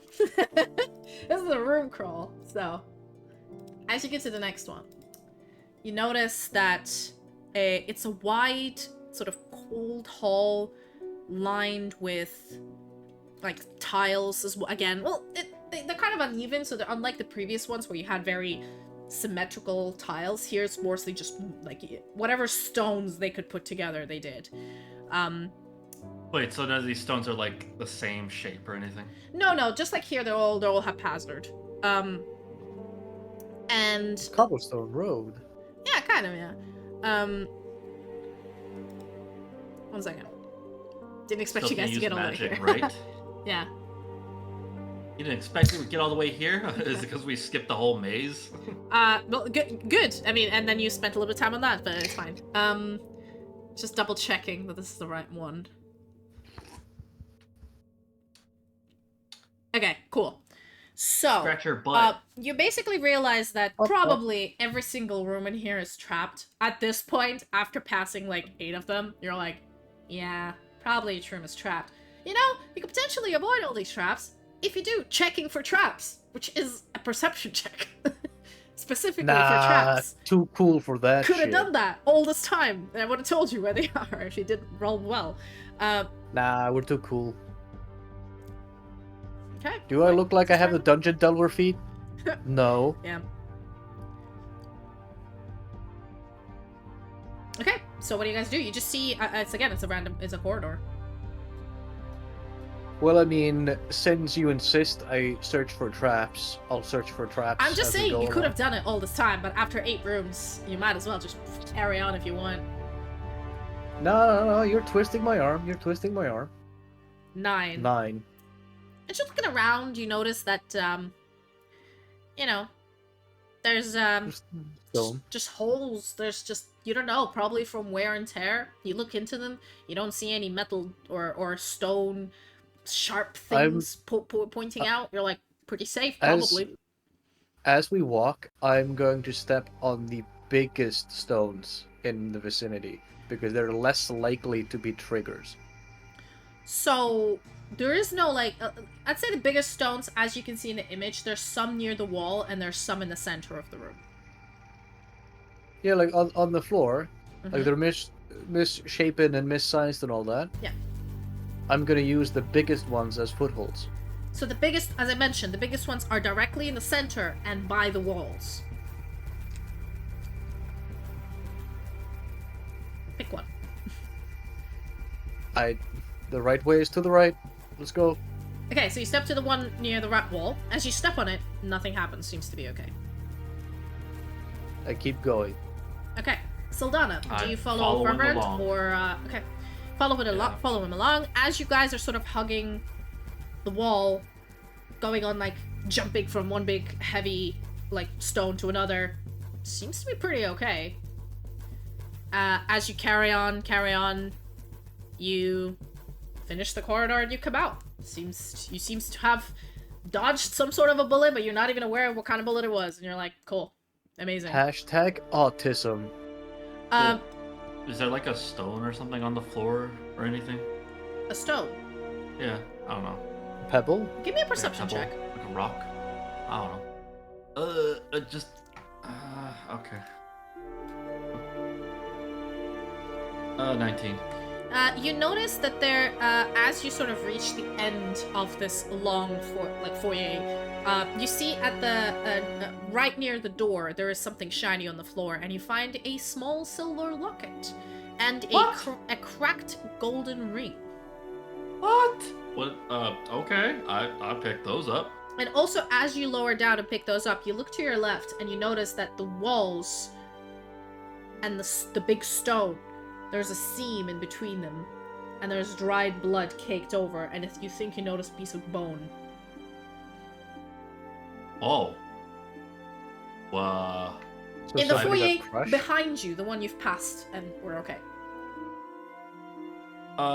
I point this out to Fervent. I definitely think we dodged something. I dab. I move along. Move along. Okay, next room we get into is something new. You were kind of been seeing a lot of these like megalithic stone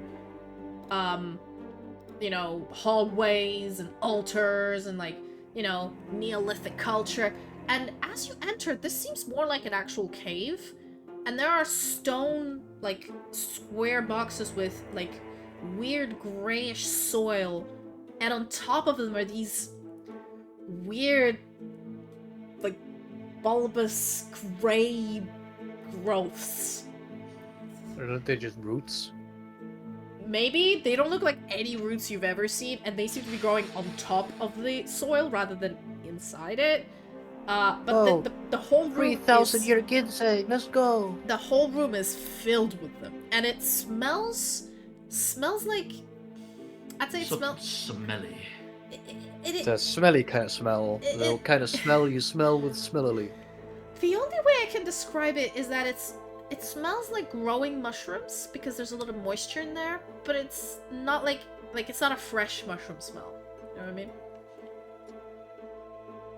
And as you're looking through it, you notice that while the cavern is big, there are basically 2 exits out of it.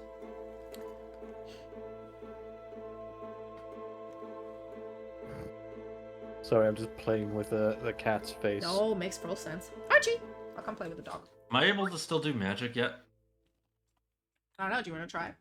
I'm gonna try magic. All right, what do you try? Goodberry. As you try to summon Goodberry, you realize that the connection to the Feywild that you've been using to create this sort of Goodberry, before, while you were on the surface, was very strong.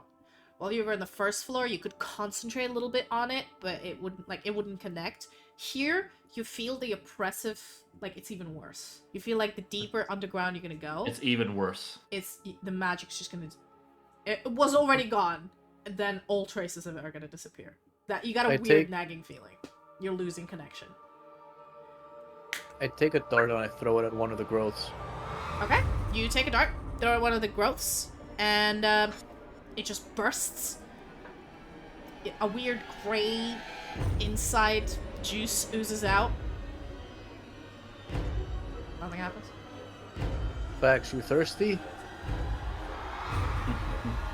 Yeah, Baax Baax like, just still can't use magic. So, what if we I puke on it? Okay, as Baax does his weird acidic puke on it, you do acid breath. Okay, as you do your acid breath, that works. Mark it off. I know you can use it only like once or twice or something. Where is it? Once. The It's dragon only breath the Dragonborn get is like pathetic. Yeah. It's like once per day. Yeah, okay, so you use it and you breathe on it, and all of the, like, within the cone radius, all of the tuberous root mushroom thing, they all kind of melt, and like inside, like they're kind of pale gray on the outside and they're dark gray on the inside. It all melts and bubbles. The stone is fine. Bubbles. The soil they were in also bubbles down. You melted like 4 or 5 of boxes of, or like 4 or 5 small squares of these roots. Good for you. You've melted them. Good for you, Baax. GG, bro. What if I just, is there anything about the room? I'm gonna do another perception check on just the room. Anything funny, like any sort of like buttons or Go ahead. traps or anything? 25. 25. You look around this room, and you realize this, unlike all the other rooms that you beat through that basically contain traps, this room seems to be, from what you can see, there's a lot of footmark, like old ancient footmarks. The path in between them is trodden quite well. You don't see any areas that are like pristine and not stepped onto. You see like a few boxes, like a few, like not wooden, but like weird jars in the corner, probably with preserves. And you're like, this room has been, like, it has a purpose. This room has been used for this, to grow these things. It's not necessarily trapped, it's just, there's a purpose to this room. So there was a reason they had this room. Okay. So yeah, and it's not like, it's not a trap or anything, it's just, with a 25, I'm gonna give you this. You've seen a lot of, like, makeshift, self-sufficient, small communities when you were in Night Favisia, because over the 500 years of war with the Ravinian Empire, the main government of Night Favisia has splintered, and it's basically a bunch of cults at this point. Sometimes more than one cult in a different city that worship different evil gods that they summon to fight the Empire, you know? So you've seen a lot of these small, like, cultist communities that would go up in the mountains or in the woods, and they would do a self-sufficient sort of living. And you're like, yeah, they would have a few, like, maybe pit traps outside so that people who don't know wouldn't come in. But they would always have, like, a larder or a place where they grow their own food, so they don't have to venture. There's no infrastructure. And with the 25, you start putting together that all of the traps in the first floor were probably to deter intruders, and people who maybe used to live here knew how to, like, you came with an assumption that this was a tomb, but as you're like... This seems more like it's like a farm of some sort. Exactly. And you're like, wait, did people actually, like, live here? But who would want to live here underground? Can I try to investigate like the mushrooms, like I just sort of like take like my knife and I start kind of just like cutting them a little bit. Yeah, go sort ahead. of like They're not looking really them a little mushrooms. closer. I mean, they kind of grow together in patches that look like mushrooms, but as you cut to them, they have more of a texture. I want to say of like a carrot or squash that are a little bit hard, and as you open them, they have like a harder exterior and slightly gooey interior. It's weird. Can I? Wait, hold on. I have something. Do you have this. nature to check what the fuck it is? I do not have a check in nature at all. I do have a high survival, but not checked. Does Um, Baax have nature? No.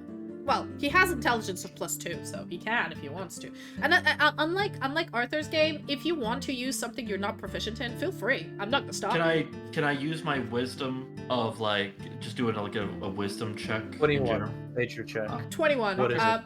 As you're looking at these growths, you realize that there's a weird amalgamation of a mushroom and a root vegetable, but you've never seen the like. It's gray. It doesn't have any smell. Like even if you open it, Is it edible? it doesn't feel warm. It feels Is it cold to spoiled? the touch. You don't see any spores come out, and you don't know. It's even with a 21, you've seen nothing. This is weird. This thing grows here. This is an ancient, abandoned We have not underground seen fungi temple, like this and before. this shit still grows here. It's like mold in Chernobyl. You're like, this should not be here. There shouldn't be anything living in here, but there clearly is. Is it volatile? Like if I poke it too hard, does it explode? Well, I mean, Sildana has poked it and it doesn't explode. It's like I've cut into it. if and you I've, like, pierce yeah. if you pierce the outer shell, because you threw a dart at it as well, it like pierces the slightly harder outer shell, but then from the hole like a weird dark gray ooze. So I'd say they're texture-wise they're similar to, I guess. Turtle. Yeah, they kind of have the shell. The outside shell isn't hard. It's a bit squishy, but it's turbid, Turbid? I guess, or turgid. I don't know what they're called. Like full of water. It feels like they're full of water, and then when you burst them, like a weird, dark, gray jelly-like substance squeezes out. I take 2 of them and I put them in my backpack. Sure. You have now Yeah, put down in fuck your it. backpack 2 tuberous growths. Fuck it, we'll investigate them later. Sure. Okay, we just leave the room then, I guess, at this point, Yeah, right? you have 2 exits, so left and right. Pick one. The right way is to the right. Cool. You head over to the right, and you see this room. Oh my god, how low does this go? Oh my god. You're in a mega dungeon, my G. You said it was a meaty dungeon! It's a meaty dungeon. I've seen mega dungeons. This is meaty, okay? I wanted to try my hand at it, okay? So as you go into this room, you notice that the stench of decay that you felt like when you entered this hall is definitely coming from here. And as you come over, you notice that there's stone compartments filled with rotting organic matter and bones. There are so many bones. Oh. More than like 100. You see like at least so many skeletons. And it's not just bones. It's bones. It's some of those rotten tubers. It's a little bit of the soil. You see some clothes straps. You see some fur. You're like, this is just a weird compost heap, I guess. I mean, they gotta clean up the pathway somehow. Right? I wanna, as a man that has been around a lot of dead bodies, how old do these look? Give me a medicine check. I'll give you advantage on it. Just why not? All right, Also, you notice as you come into this room, not 20. fuck yeah. As you notice when you come into this room, this is a dead end. So this was an offshoot of the tuberous growth area. Alright, nat 20. Again, good job. Let me just mark that off for you. And, no. Alrighty, so,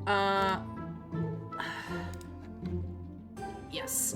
As you look at some of these bones, you sort of come up to them. And you sort of, do you touch anything or do you just look over them?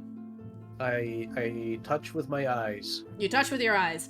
As you're sort of looking his whole at face in the it. closest one to the door, you notice that the bones, some of the bones are basically, you notice like almost dust at the bottom. You see fresher and fresher bones have been just piled on top.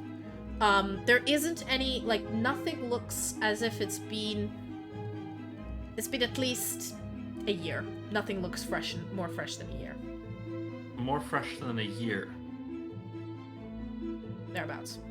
Like, you've seen different stages of decay. None of the stuff from the first two, like, the front boxes that you see look Something like is still living anything here. look like anything that's been fresher than a year. As you look further, you notice that there is different levels of decay, but it's further into the room. Uh-huh. The most Uh, of the least oldest we see is like a year. Stay on In front guard. of you. Something is still living here. It's still killing a lot of people, I see. We move on to the left room. We're actually looking at the compost. Do they like look like it's just the flesh and bones, or do they have like the outfits and everything still on? You said they had some like leather in them, right? Yeah, after a year, you still have some clothes. Like, you notice that there are some like like scraps of clothes. Some of them look bloodied, like old clothes. Some of them Jewelry? look like Any newer. jewelry, yeah. Yep, there's a little bit of jewelry on them. Any that look like they're not broken? Or aged extensively? Jewelry or bones? Jewelry. Give me a perception check, you Saldana. What I'm basically trying to look for here is like, are there like magic items or something that maybe Yeah. people still had on them? That's what we're going for.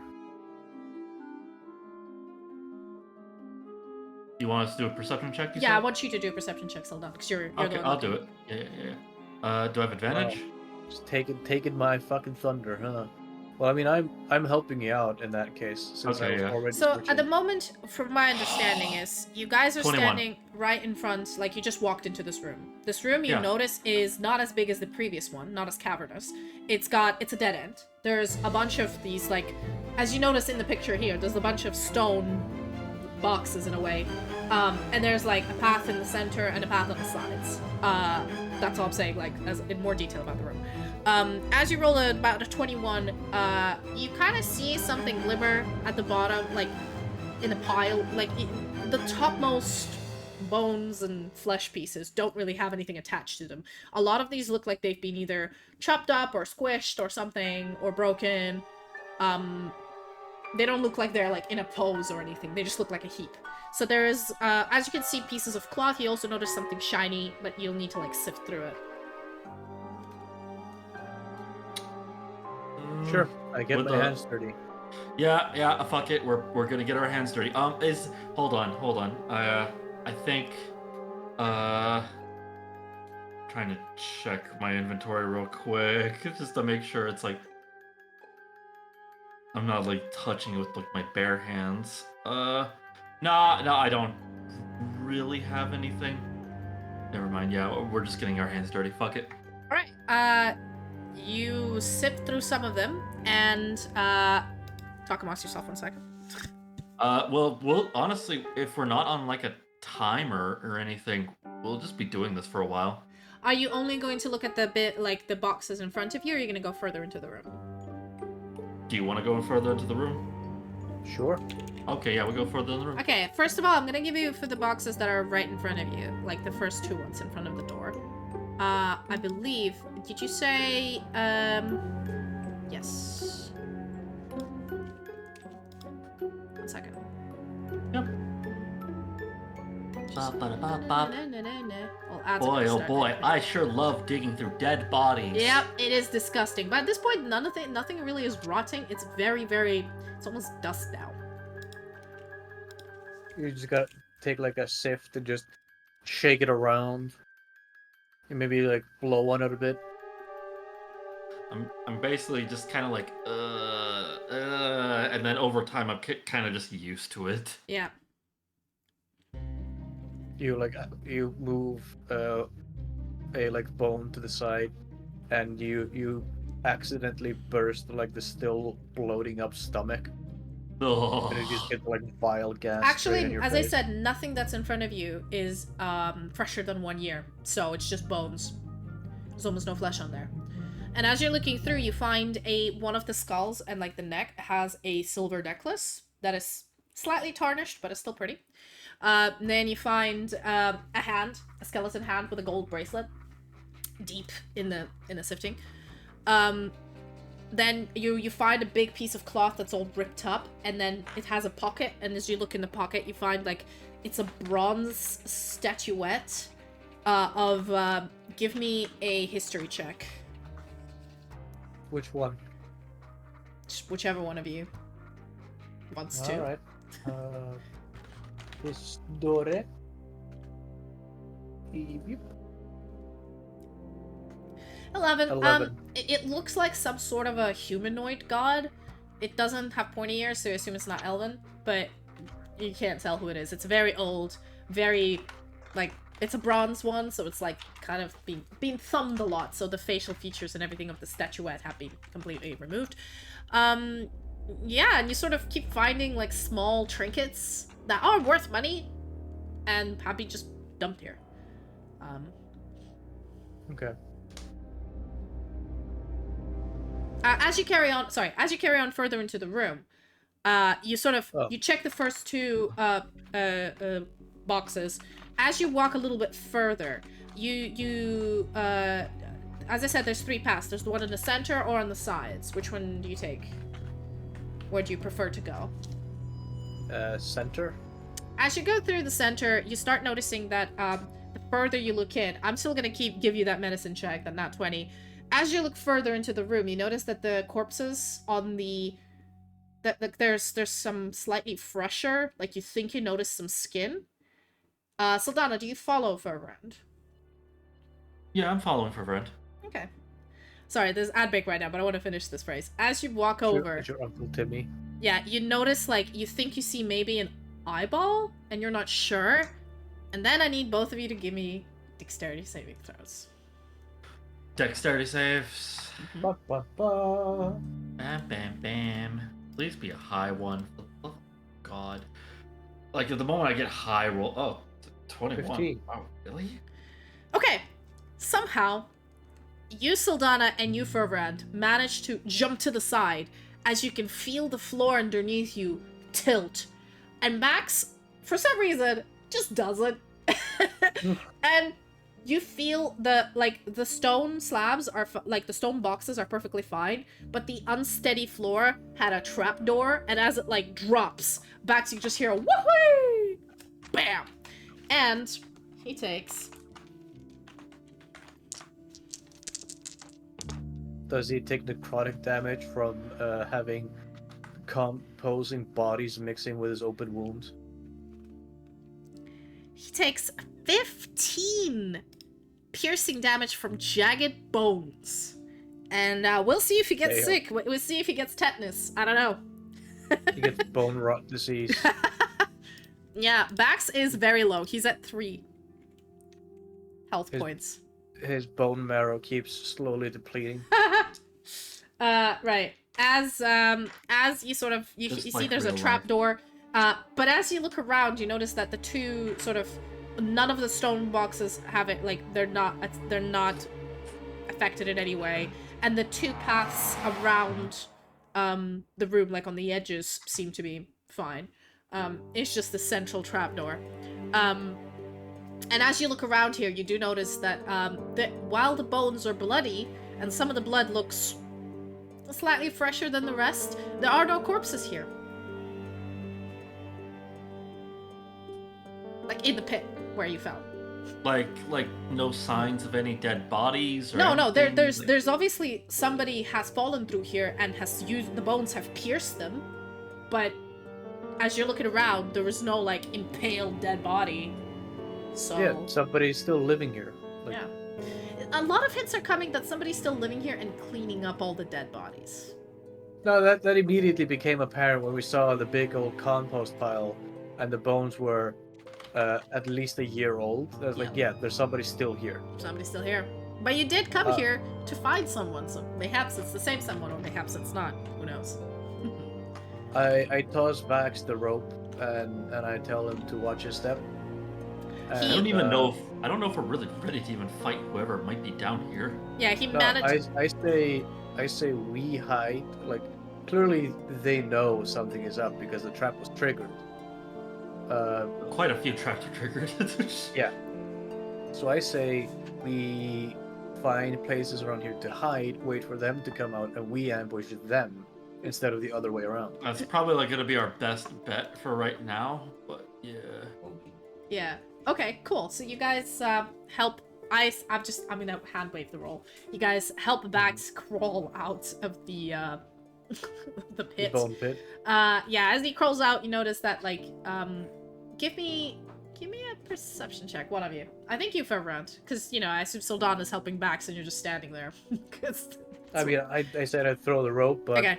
18. So 18. As you're looking around, you notice that there's like a weird lever-like mechanism that if you pull, you can see like this probably resets somehow. Like you're pretty certain there's a reset mechanism. You can't find what it is just yet, but from looking at how the floor like dropped, it didn't just like fully drop. It was like an incline drop, so it caused people to slide down into a pit. And you're like, there's probably some way to like put it back up. I'm not gonna reset it because the plan is to lure whatever comes here. Yeah, but like, ambush it. I'm gonna give you that you now understand that, like, unlike maybe previous traps, these could be manually reset. Cool. What do you guys do? Lie in ambush. So you just stay in this room. Yeah, the trap remains triggered, and we're gonna hide, and whenever whatever is cleaning up this place comes to check up on this trap, we're gonna like sucker punch it in the balls. That's actually pretty smart. All right. Give me a. There's not many places to hide, except for like behind these compost pits, I guess. If is the wall of the picture accurate? I'd say not as many entrances or exits. But no like indents or anything. No, not really. It's. Let's see how much you can. How much you can get. I got 22. I rolled so low. I got 16. 22. 16. I need to roll for Baax. Let's see your. He gets a nat 1 as like blood trails all the way towards him. He got a 9. Rolling typical to Baax, honestly. Can I try to do anything to sort of hide our trails or anything like that? As a ranger, don't you have like a camouflage skill or something that you can like? I think if you pass spend without some trace is a spell. No, but you can't use a spell, but there's something like you can spend a little bit of time and you can camouflage yourself. I remember them having that. Isn't that for camping? Hold on. Wait, hold on. There you go. I don't think I have. I think maybe it's further. I think it's further along. I don't think. Yeah, further along a ranger class. There's like a way where you can you can camouflage yourself if you spend like a little bit of time like with local terrain, I guess. Yeah, Baax is just like bleeding all over the floor. He really desperately needs rest. So how long do you guys decide to sort of chill there? Yeah, because I'm only like level 2 ranger. Yeah, because you went into rogue, didn't you? Yeah, went into more rogue because I needed something else. Oh, let's see. Casting natural explorer.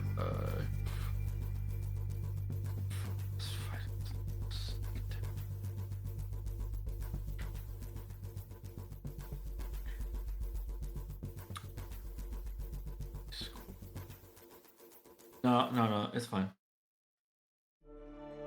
I mean, like, whatever, if I don't hear anything, like, approaching at this moment.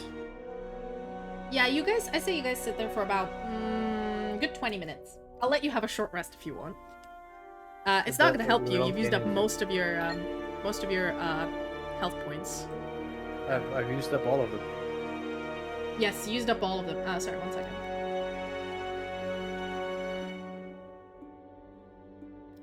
Alright, cool. Yep. Alright, what was I gonna say? I completely forgot. Alright, so, if you guys want to, if some of you have any hit dice left, you can use them. If not, you can just have a short rest. After about, let's say, 30 minutes, you sit quietly, and, you know what? What? Let me see. Let me see if you get, somebody come over or not. I just need, talk amongst yourself. I'm doing stuff. Background DM stuff. You think we can hide here if we stay really quiet? Oh, I wonder. I mean, we're kind of far apart. Like, you're on the other side of the room, and I'm kind of wondering, like, do you think they could hear us? Like, maybe they're like the CIA, where they put, like, a bug with a listening device somewhere, and they're just looking at us on their cameras and laughing.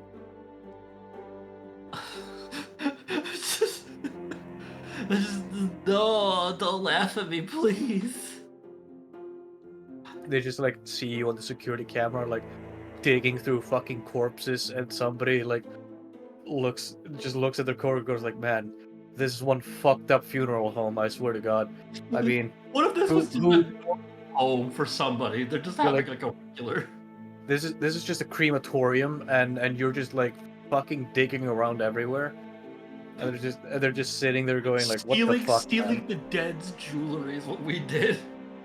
Okay, as you sit there, That's somebody's grandma. About, I'm gonna give you 4 hours. You sit there for about 4 hours. So I would say probably within those 4 hours, I would, in over time, could I just try to like hide any sort of trail that we were there? You're gonna have to get out of your hiding spot and then come back to it. But Is yeah, that okay? I'll give me a survival check to do that. Okie dokie. Please be high. Please be high. Fuck you, 10. 10. You hide as best you can, but you're used to hiding stuff in the forest where you have foliage, leaf. This is like stone and dust. Yeah, you're out of your element, girly. Okay, so I just go back to hiding again. As you guys are hiding, you hear, once you go completely still, this place is very silent. And then you think you hear, or you might hear, but you hear in the distance just some sort of sounds. Give me a perception check, both of you. Okie. Because again, you've sort of been sitting in complete silence for 4 hours, except for Baax going. 16. 16. 13. Sylfania, you're used to staying still for a long time and waiting to pounce ambush on your somebody. Yeah. So you're staying completely still and you're adapting your ears to the silence to hear any minute shifts and changes. And you hear, after about 4 hours, there's like... You feel really stiff because you've been sitting in the same position for a while. But you hear there's like... You think they're footsteps or like... stone grinding on stone or like some sort of noise that's coming from nearby. And then you... Because you guys are sitting, I assume, away from the entrance in this dead-end room, right?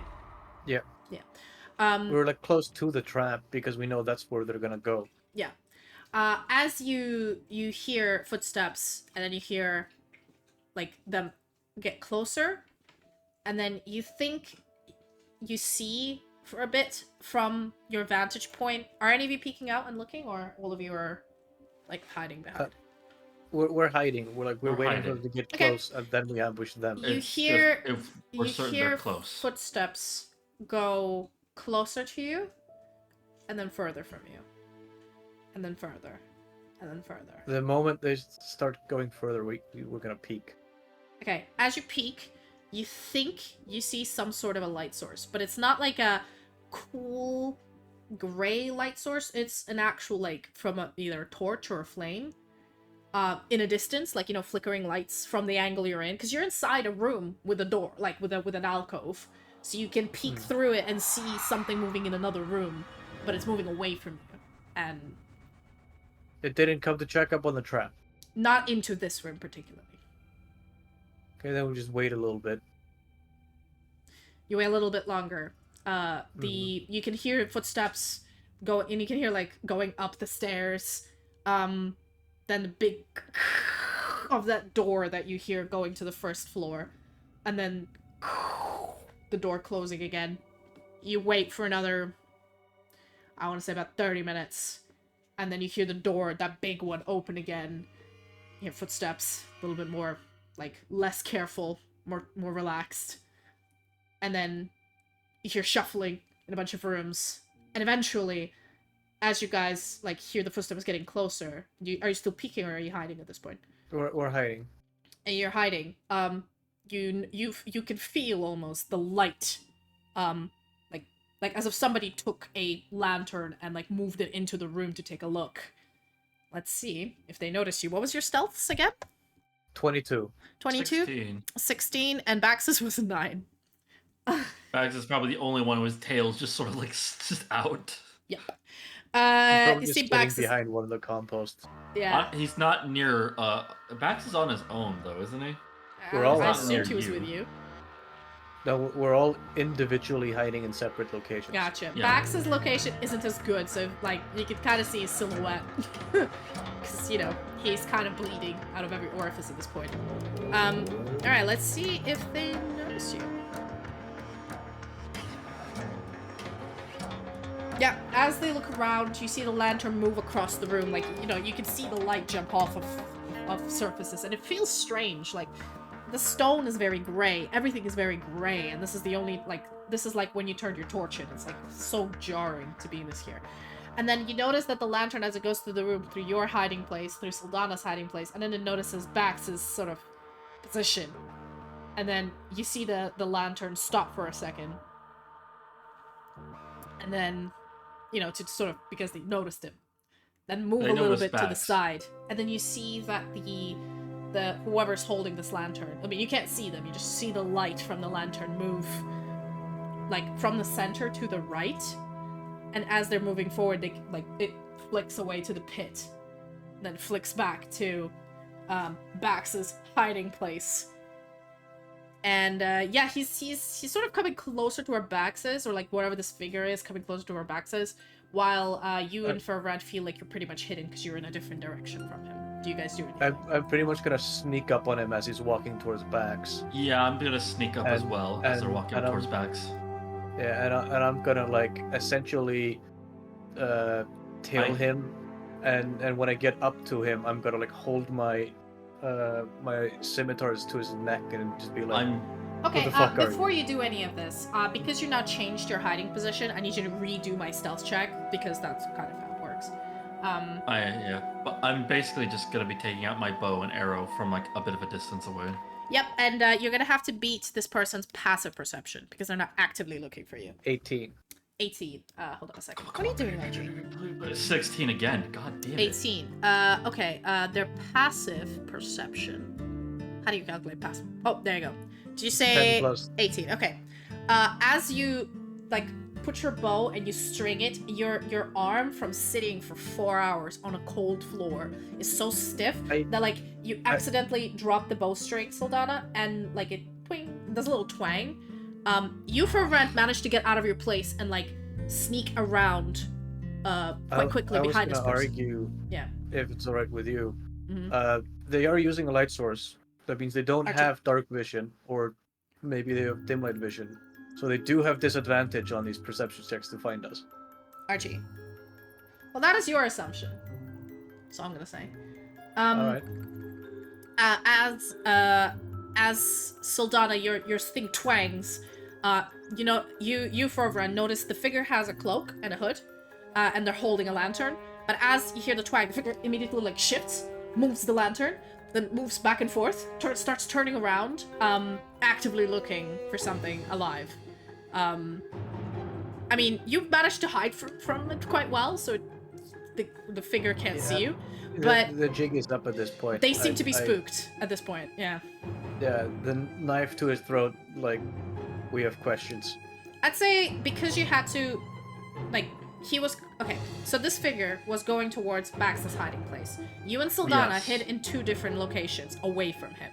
all Yeah. around the pit. Now, this person did not go to the pit. They went to the right side where Baax was hiding. For that purposes, let's assume you and Sylfania were on the left.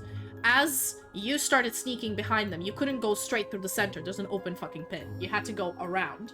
So I'd say by the time Sylfania, like, tricked her bow, I'd say about 30 feet away from this person.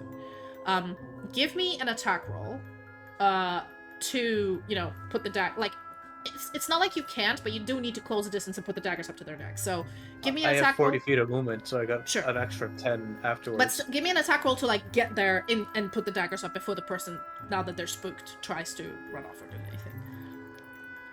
Do I have...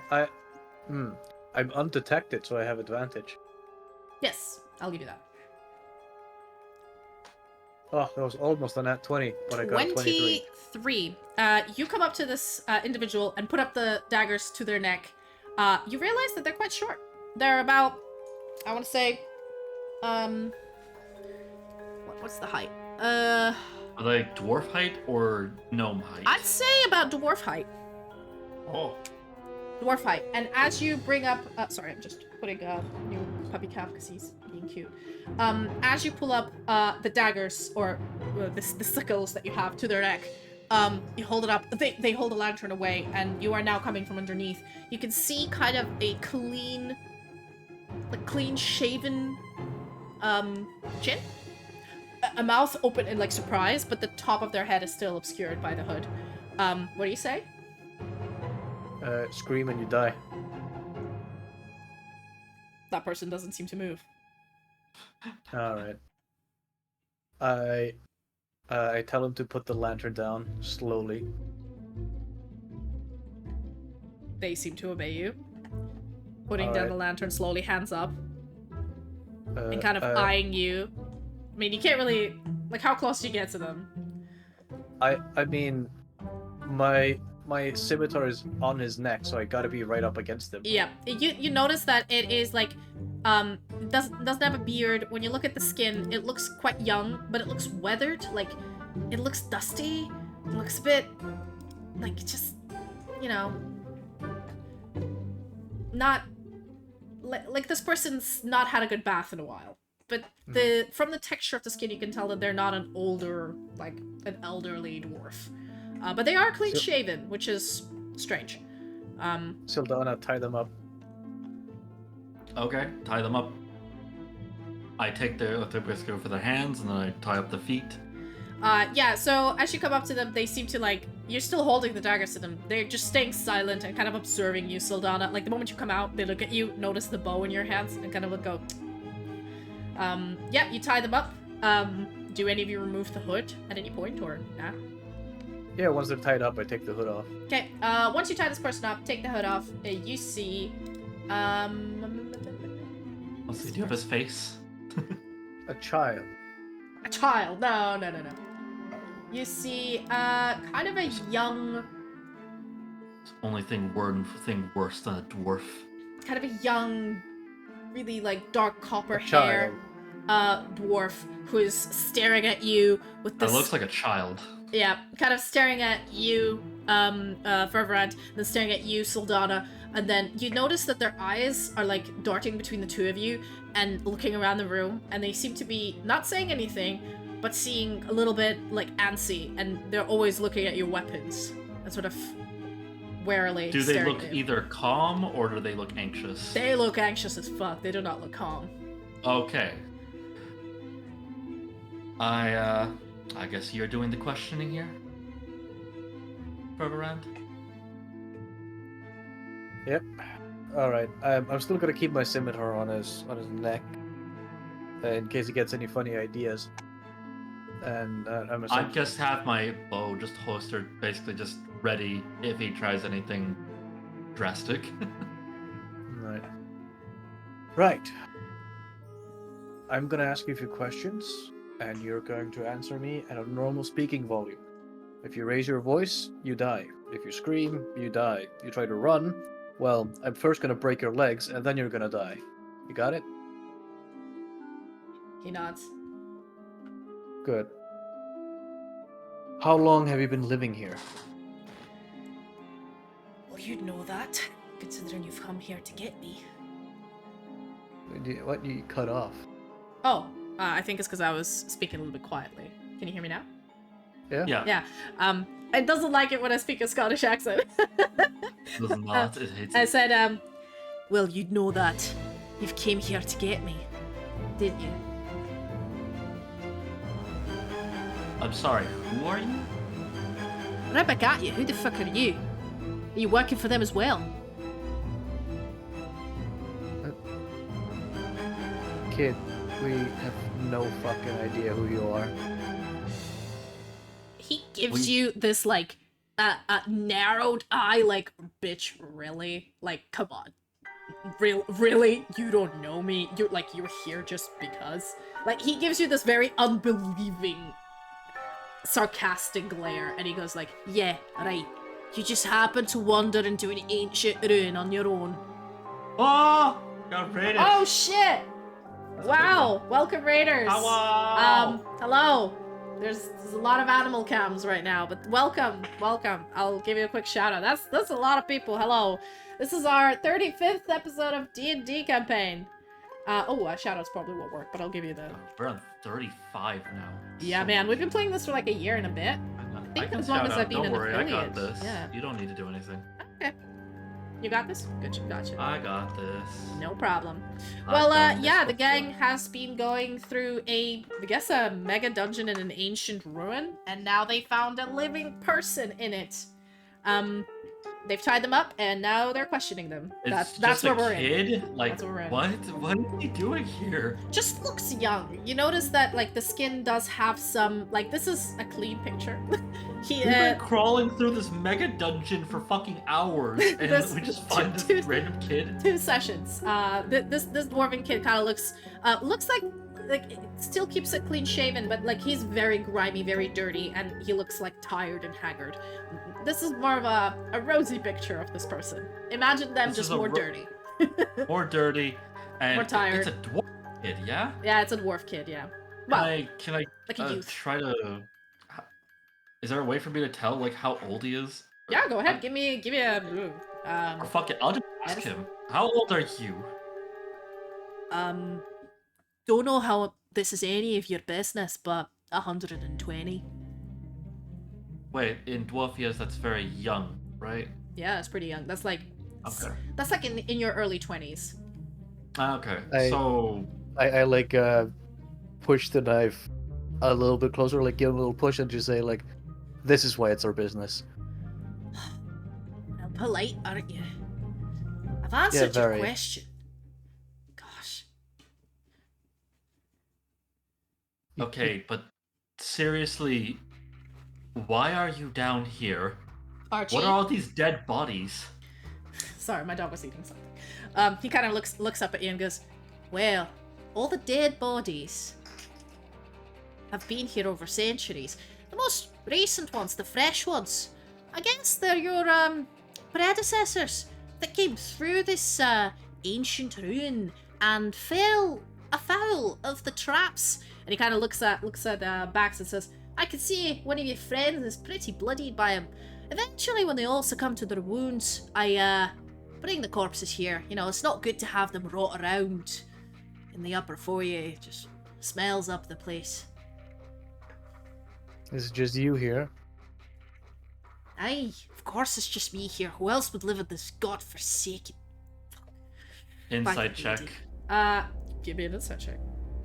Is he lying? Probably. 16. 16. They seem to be, like, this dude seems to be very unhappy that he got caught. With a 16 insight check, you notice that they seem to not, like, they don't seem to be very much attached or happy about the situation. But I guess with a 16, what you do notice, let's see if they managed to hide this wall.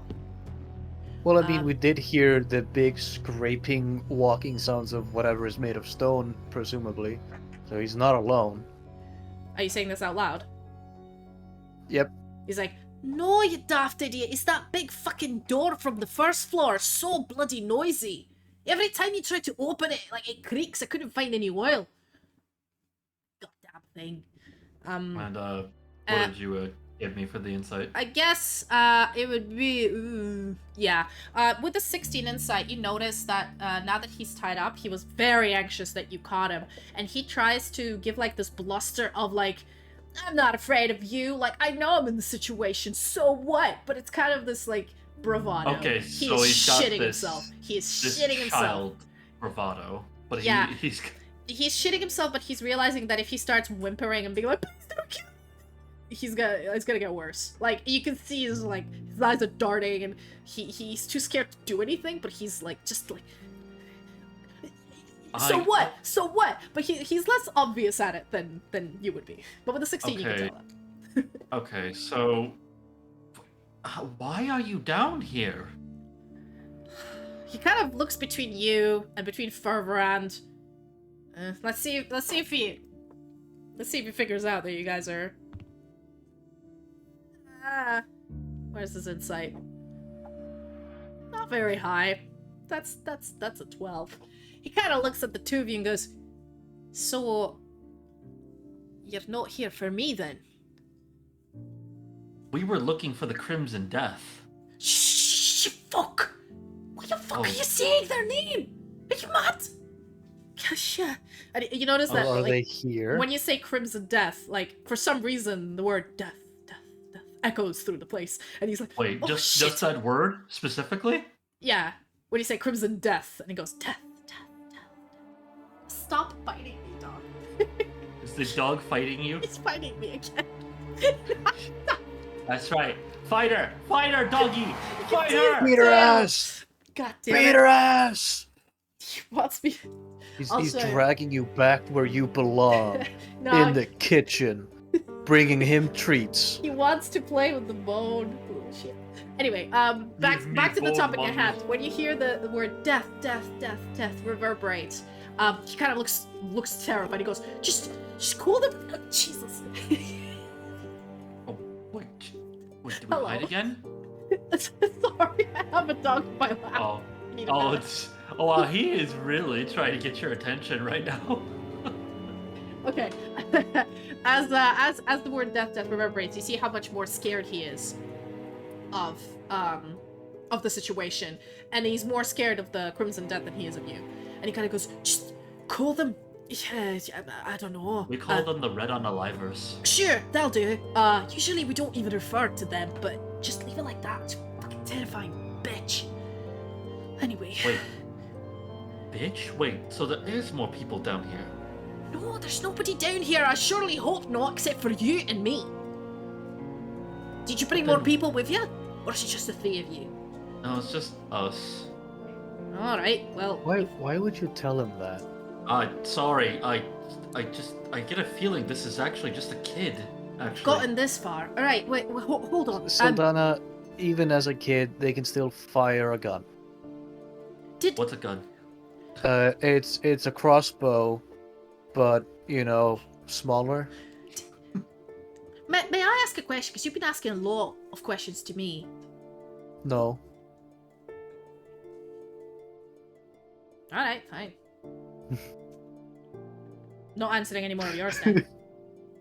Alright, I'm gonna kill you then. No, And don't kill him. I just lift him up. Lift him up by the scruff, or? I mean, he's tied up, Yeah. so I could just grab the ropes and lift him up like As that. you lift him up, you realize he's bulky, he's heavy. He may be short, but he's heavy. Oh, you're well fed. Not really, you're just well built.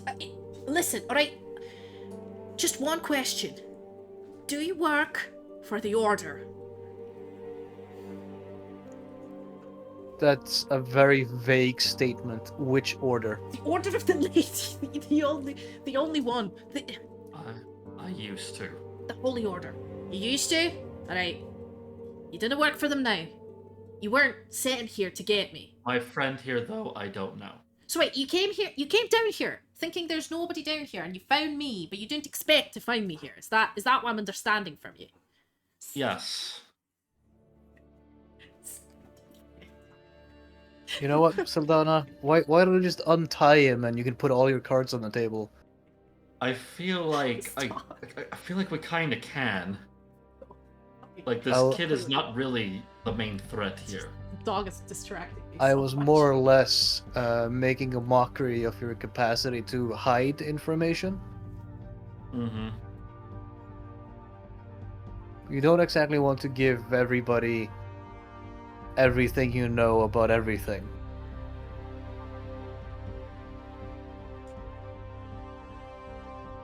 So anyways, about these red unalivers, are they down here? What are they? No.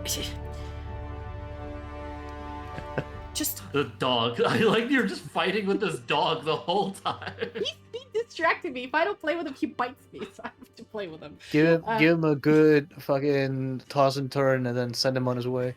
Nah, he'll come back. I'll just sit here with him for a bit. Anyway, he kind of looks at you guys, and he sort of sits there, and he goes, right, all right. I'm clearly at a disadvantage here, so I'm gonna give you some information, and I would really appreciate it if you gave me some honest answers in return. How about that?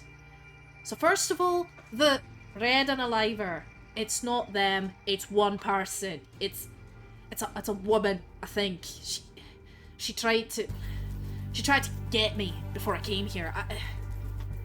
If you haven't noticed, this is a really good place to hide. There's layers of traps, right?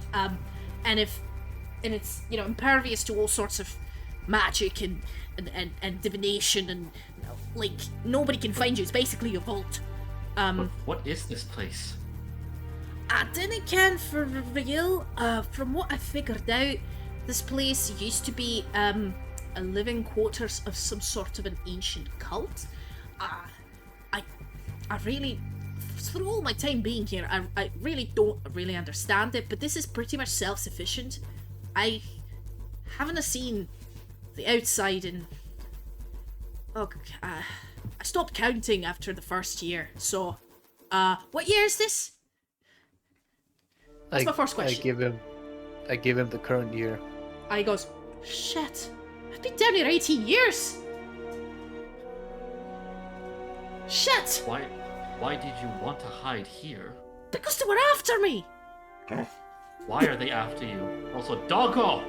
I hear them. Okay, I can't concentrate. I'm gonna have to take the dog away. I'm sorry. Yeah, go ahead, I need take a the dog minute. away. I need a minute. We'll just roleplay amongst ourselves. Okay, just bear with me. Ah, damn it. Just kidding.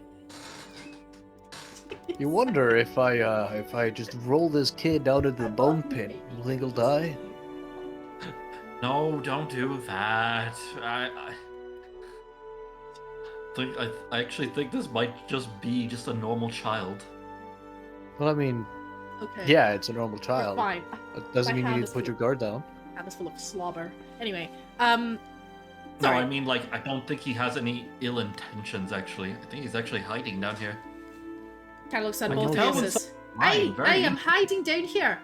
I'm hiding from them. They've been trying to catch me for years. I've been lucky. They've been sending people down here for the last 18 years, I reckon, but they've never gotten past, well, the second floor.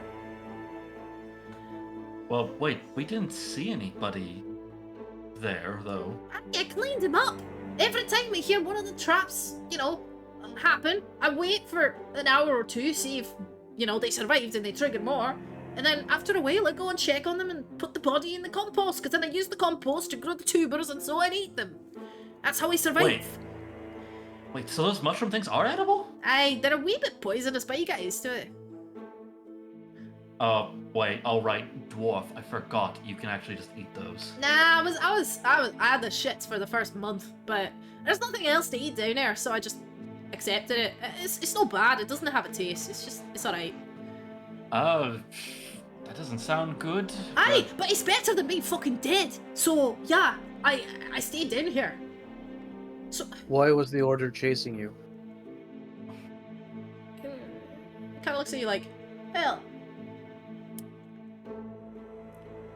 I don't know if I can trust you to tell that specific thing, because you just got that look over you like you're a spy master or something. You work for the order. I will scream the red unaliver's name as loud as I can if you don't answer. Wait. I have a better idea. How about you tell me, just me, and I will decide. Give me a persuasion check with disadvantage. Okay. Persuasion, disadvantage. I'm trying to be good cop. Damn, one of those was a nat 20. I know, but the other one was a 6. He kind of perks up when he looks at you, and you see in his eyes, like, he had this bluster and bravado, but he's been scared and alone down here for 18 years of his life, chased by the Order, the Crimson Death, a bunch of people kept cleaning up bodies, surviving on fucking tubers. And you see the deep, profound loneliness inside him that he's finally found people to talk to. He's still terrified of the two of you because you might kill him. But I still have my scimitar to his throat. exactly. He almost trusts you, and you can see this desire to trust. But then you move the scimitar a little up and you say, I'll scream the red unaliver's name real loud. And he kind of like shuts down and backs away and says, you can scream all you like. You can even kill me. But I'm warning you.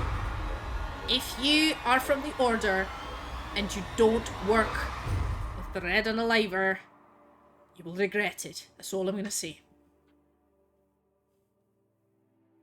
Right, I don't work the red unaliver? No, What? you don't work with the red You don't unaliver. work with, is what he said. Ah. Matt says, my head pops up. Calm down, son. Well, would you be calm if you've been fined for 18 years from random people being sent here to catch you, and then you're caught? I reckon you wouldn't be. Especially with the daggers to the throat. You do realize that at this point in time, this little tunnel here is more of a folk tale than anything. It's a test of courage. The bodies you've been cleaning up the past 10 or so years are just bards and minstrels. Well, not really. I mean, fuck it. I mean, if you kill me, it might even be better. I mean, eventually, I wouldn't be able to have stopped it, but it's better than me getting into their hands, so... Anyway. Why are they after you?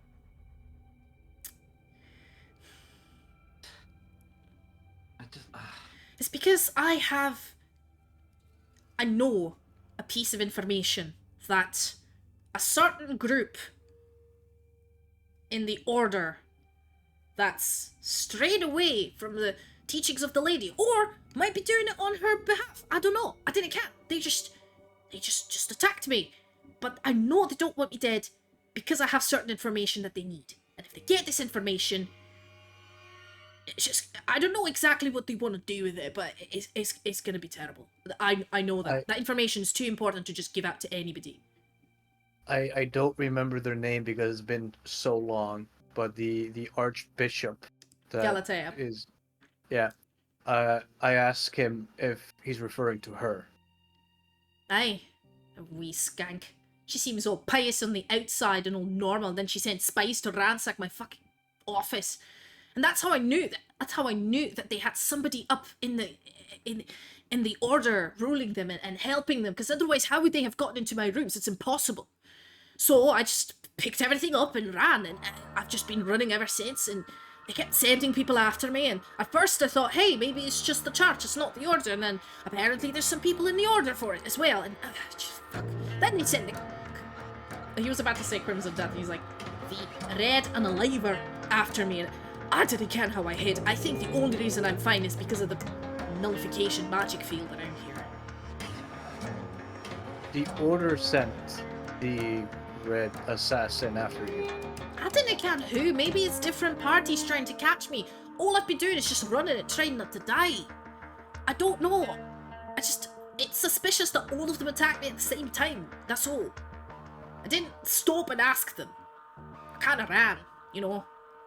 I kind of just take a deep breath, pull the scimitar away, and just untie him and go like, do what you want, kid. He kind of holds his wrist and like, so, why are you guys here? If you didn't know I was here, what? We heard the red unalivers were here. It's just the one. We heard they were here, so we did what we normally do. What's Baax, that? give them the old prophecy. I assume Yeah, you do, Ba- Baax. He says this Baax prophecy gives to his everyone. prophecy. So those of you who are curious what the prophecy is, the prophecy, I don't actually... Do I have it written down? I better have it written I know, but I know Matt has it written down somewhere. I'm seeing. I have it he's in my gonna notes post it. somewhere. I know he knows it exactly. Well, yeah, I made him write it down. I have it in my notes somewhere, but Baax says yes, yes. yes. I think... just scrolling. There we go. To beat the odds and venture deeper, head northeast to find the keeper, concealed within an ancient hollow, the Crimson Death's path thou must follow. He kind of looks up at you and says, right, so you've gotten a weird prophecy from a god, a deity, I reckon, or found it somewhere, and you've headed northeast, which is Dogrado, I guess. Oh shit, did you guys come from Laudenborough? Yeah. Yeah. Alright, okay. And you don't work for the clergy or the order? Oh no, I very much work for the order. I, however, understand that the Archbishop was it Gallifrey. Galatea. If you want That any she's sort of corrupt. if you want any sort of comfort, my friend Baax here, he's definitely does not worship the lady, that's for certain. I am retired. Okay, so you don't know who I am or why I'm here. Alright, okay. But you know what's going on in Laudenborough, right? You know that Galatea is... We knew something was wrong with her. Alright, okay. And you see, immediately his demeanor shifts from being anxious to slightly hopeful, and immediately, you see he's thinking, he's calculating, he's doing something. He's not, looking at you guys, but he's, rubbing his chin and going to say, right, maybe now. Why would you be here? Maybe they've accelerated their plans. How? So you got this prophecy from where? From his god. Oh, okay. Right, so if he's worshipping a god and you wanted to come here. He kind of looks at you, Baax. I know you're in chat, but he kind of looks at you and kind of goes... Is there a way for you to, show that you do not worship the lady? No, he kind of asks you, Baax. He's just like, just to be certain, if you didn't mind me asking, the god you worship, it doesn't happen to be, a fiend? Or from the Nine Hells, does it? Your god? Waiting for the chat. It's not any type of archdemon, is it? Or an archdevil. Honestly, did we ever really ask Baax what god he worshipped? Feywild! No, I didn't really inquire about it, but I Alright, assume well, he's nodding or shaking his head in a very sure, cartoony okay. fashion. Well, I don't know. Still don't know why you guys come here. Just because of a prophecy?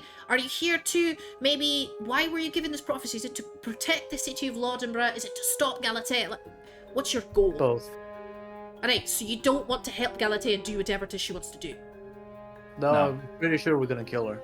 Oh!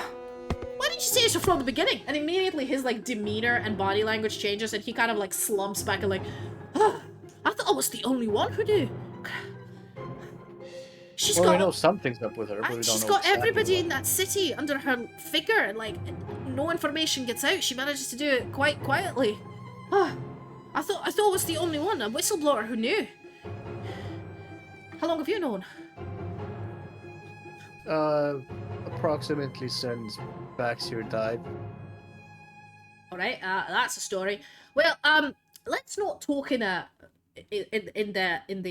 how do I put it, in the compost pit. I'll take you down to the quarters location. There's a few traps in there, but I can disable them from the outside, and we can talk while sitting down. How about that? I look at Baax's bleeding body. It looks like it needs rest. I have some bandages. No magics work here, so if you have any health potions, they won't work. But I do have some bandages in a med kit. I can patch him up a wee bit, maybe stabilize him so he doesn't bleed out. Should be fine. That would help. Cool. All right. Amazing. And he kind of perks up, takes a lantern. He's like, I do have dark vision, but this place is just so... I prefer to have a light with me. And he kind of leads you down, and you kind of go through a bunch of rooms. And there was one room that you go into, and he kind of looks at you and says, right, this one is a wee bit tricky. In this room, you have to hold your breath, because there's like heavy poison gas at the bottom. It's not really poison, it just disorients you and knocks you out. But if you hold your breath, this is just long enough to like pass through. So just get your breath up here, on top of the stairs. I'm gonna go down, pass through, get out, then you can breathe. All right? You ready? This man thinks I've been breathing this entire time. Well, he looks at all of you, okay? Bro. But yeah, he thinks you're breathing. Yeah. He Bro, kind of. You have to breathe to talk. Yeah, he kind of holds his breath and starts going down. This is one of the traps that I was really happy of thinking, but you guys managed to wait him out. So you didn't get to do it. Yeah, so you sort of, they go through it, then they go, you follow his footsteps. He seems to have done this trek a lot, and you breeze through the rooms, because he knows exactly where to go, he knows exactly where to step. There isn't really, like, there's a room with a giant pit, and he's like, just don't go near the pit. Again, it's another trap, but, you know, for curious people, just go around it, there's enough space. And he takes you down to the 3rd floor. And in the 3rd floor, it looks like it's more of like living quarters. So every room you pass through has like bunk beds. There is a big hall with like tables, which I assume is a dining hall. And then there is another big chamber with like rituals. There's an altar and a bunch of other places. And he takes you to like this small little room that's away from all the bunk beds. And he says, this is probably was like maybe a high priest or high cultist room, because it's the only one with just on its own. But I kind of like repurposed it as my own, because oh right, hold on. And he comes to under the bed and like unclicks a lever and says, just have a wee trap here in case I'm cornered. Just disabled it, so don't worry about it. Cool, and you notice, like, in this room, when you start looking at it, you see that there are just papers and tools and, I want to say, further end. As you look around, from just the papers, you notice that some of these are building plans, and a lot of the tools look like they're, like protractors and measuring. You can kind of this is all like this has got blueprints of buildings or of locations. You know, this guy Architectural then. Yeah, he kind of understands architecture. And there's got a few tools. He pulls out a med kit. Yeah, pulls out a med kit and like wraps Baax up so he doesn't bleed that much. Maybe sits there and sews up some of his wounds. Like very manual. Kind of gets a bit of alcohol and says, "This is my last batch. I didn't drink it because I use it just in case it gets scrapes. You didn't want to get this place isn't very up to code." And You've been able to make any alcohol with the mushrooms? No, I don't think you want that kind of alcohol. I haven't figured out. I did manage to, before I got here, to buy some supplies. I knew. Right. I think you guys want a full story, so I'll probably start and tell you most of it. Just give me a minute. Let me finish. Yeah, I'll start from the beginning. Let me finish cleaning this bad up. After a few minutes, he kind of sits down, takes a deep breath, looks at you guys and says, "Right, so introductions. I'm Sigil Thunderhead. I used to be, well, I guess I still am, but I used to be the head architect of Laudenborough. So I don't know if you know how the head architect job works, but there's always a singular architect, and these plans," and he points at all of the like You're quite young to blueprints. be the head architect. Yeah, he says all of these blueprints are like these are usually passed down to the next one. So I was an apprentice for like 20 years before, and the local architect, he was quite old in the years, and he decided to pass on the information to me. So this is what they want, these plans. And you look around, and some of them look like the city of Laudenborough, but there's a lot of like weird lines drawn through it, text written around it. It's like, So the city of Laudenborough is special. It's the only city that was built by the order of the Divine herself. So whatever was here before was leveled to the ground and beyond, and a city built from scratch. As you probably will know, most of the Empire have been repurposed. You know, if there's a castle, why level it? Just repurpose it, and whoever lived there before now doesn't. But Laudenborough is unique in a way that it was completely leveled and built from scratch. I was always wondering why that was the case until I saw this, and there's a reason why it was built that way. There are things underneath the city. There's almost a city underneath it. There are layers upon layers of seemingly needless chambers and there are passageways and mechanisms that one must Would that explain the Hydra that was underneath it? What? Okay, well, before we go into the Hydra thing, just so I don't lose my track of thought real quick, there are mechanisms that we as architects were supposed to, just the head architect is the only one with the initial keys to get into the first sort of layers. We were supposed to upkeep some of these mechanisms. We don't know what they do. They seem to be locks of some sort. I didn't care if they're locking something in or locking people out. We weren't told that. We were just shown the plans. And it's always very secretive and by the order of the Divine, and you do not spread this information lightly. At first I thought, well, sounds great, put it away, don't have to tell anyone, just go upkeep the seals and we'll be fine. Until my girlfriend, I found her rummaging through my rooms.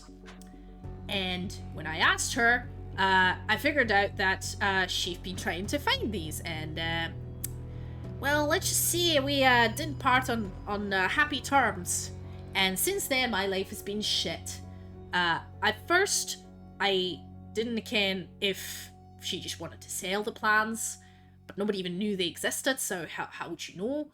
Then I was almost attacked in the city streets at night. Then I had to flee the city. Then I thought I ran into some order members, and then they tried to attack me. Eventually, I just realised I can't trust no one, and so I tried to find a place where I could hide. But at first, I just wanted to know what was going on with the city, so I went to my to Dravain, the architectural college first. I realised they tracked me all the way there, and I figured I need to hide somewhere where they can't find me, no matter what. And I remembered a few rumours that Dogrado had these strange ruins that were difficult to find. I thought I might shoot my shot, and well, found this place. It's been closed for a while. I'm quite familiar with. I had a friend in my college who really liked the whole ancient tombs and mechanisms, so he talked my ear off about them. The ones that are not based in magic. So I was a wee bit aware of a lot of, how you would design these traps and such. So I came down here. I did get caught by a few of these traps, but I'm pretty hearty, so I was okay. Figured out how to reset some of the more recent ones, and just stayed here.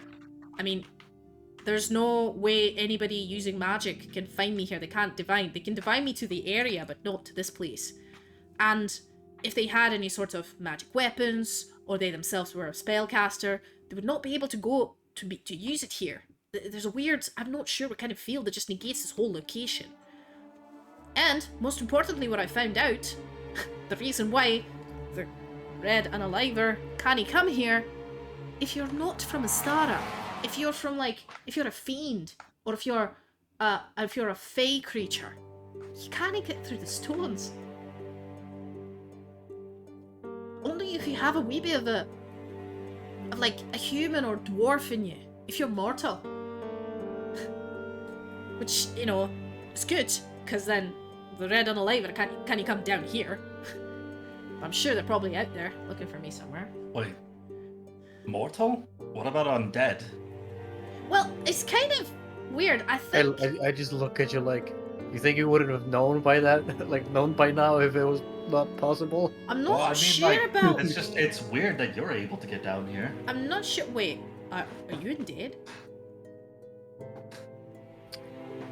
Yeah, I'm undead. Okay.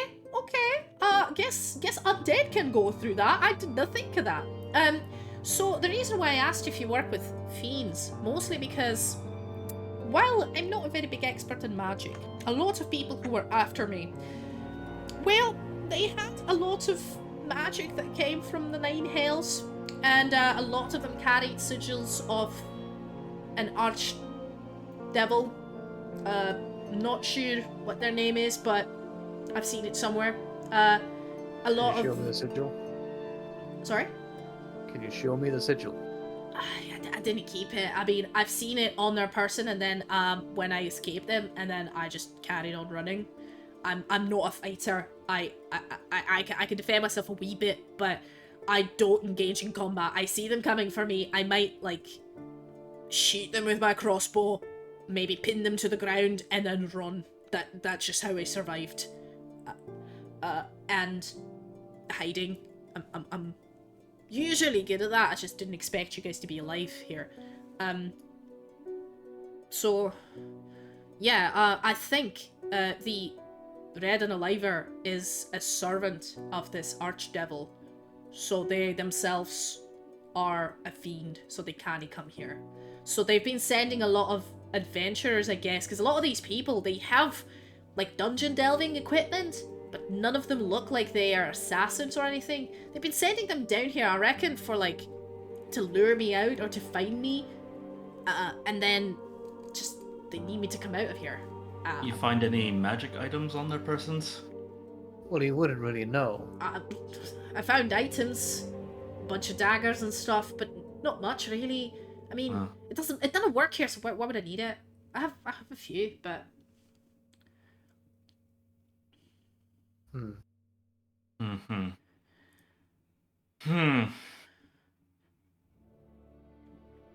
So right in it. What is the big secret? So the big secret you didn't want to tell anybody were the underground city underneath Laudenborough. And I have the plans for it, and I know exactly where the locks are, the seals are. There's like, I think there were like 9 levels or such, and they're all concentric, so they're going from wider to thinner, like an underground, if not pyramid, in a ziggurat of some sort. And the very bottom floor is almost just a singular large room. The plans don't really show what's inside, but it does show like the passageways and the doors and how to maintain some of the locks. I've never gone anywhere past the first one, because apparently they're sort of like weird connective magic. If you adjust the first one, the rest are like re-locked and it's fine, you don't have to carry on. But the whole point of it is, I have these specific plans on how to go down there, and I've been staring at these for 18 years, so I basically memorized them. Just in case I had to survive with my life, so I could burn them so they wouldn't kill me. You know, self-preservation. But and I know exactly, the Archbishop wants to get down there. I don't know why, I don't know what's down there, but I'm pretty sure. Do you know how to get down there? I do, and I'm not sure. I think so. I had a long time to think about it. Why would they want me, and why would they want the plans, and what's this important part? It's like the why would they want to go there? I think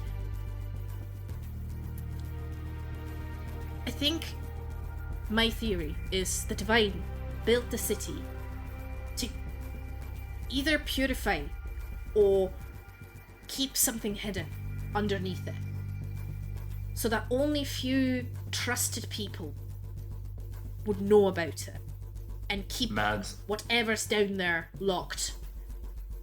And I think that the Archbishop is, I'm not sure what she is or who she is, but she's not working for the lady, and I think she wants to get in there as well.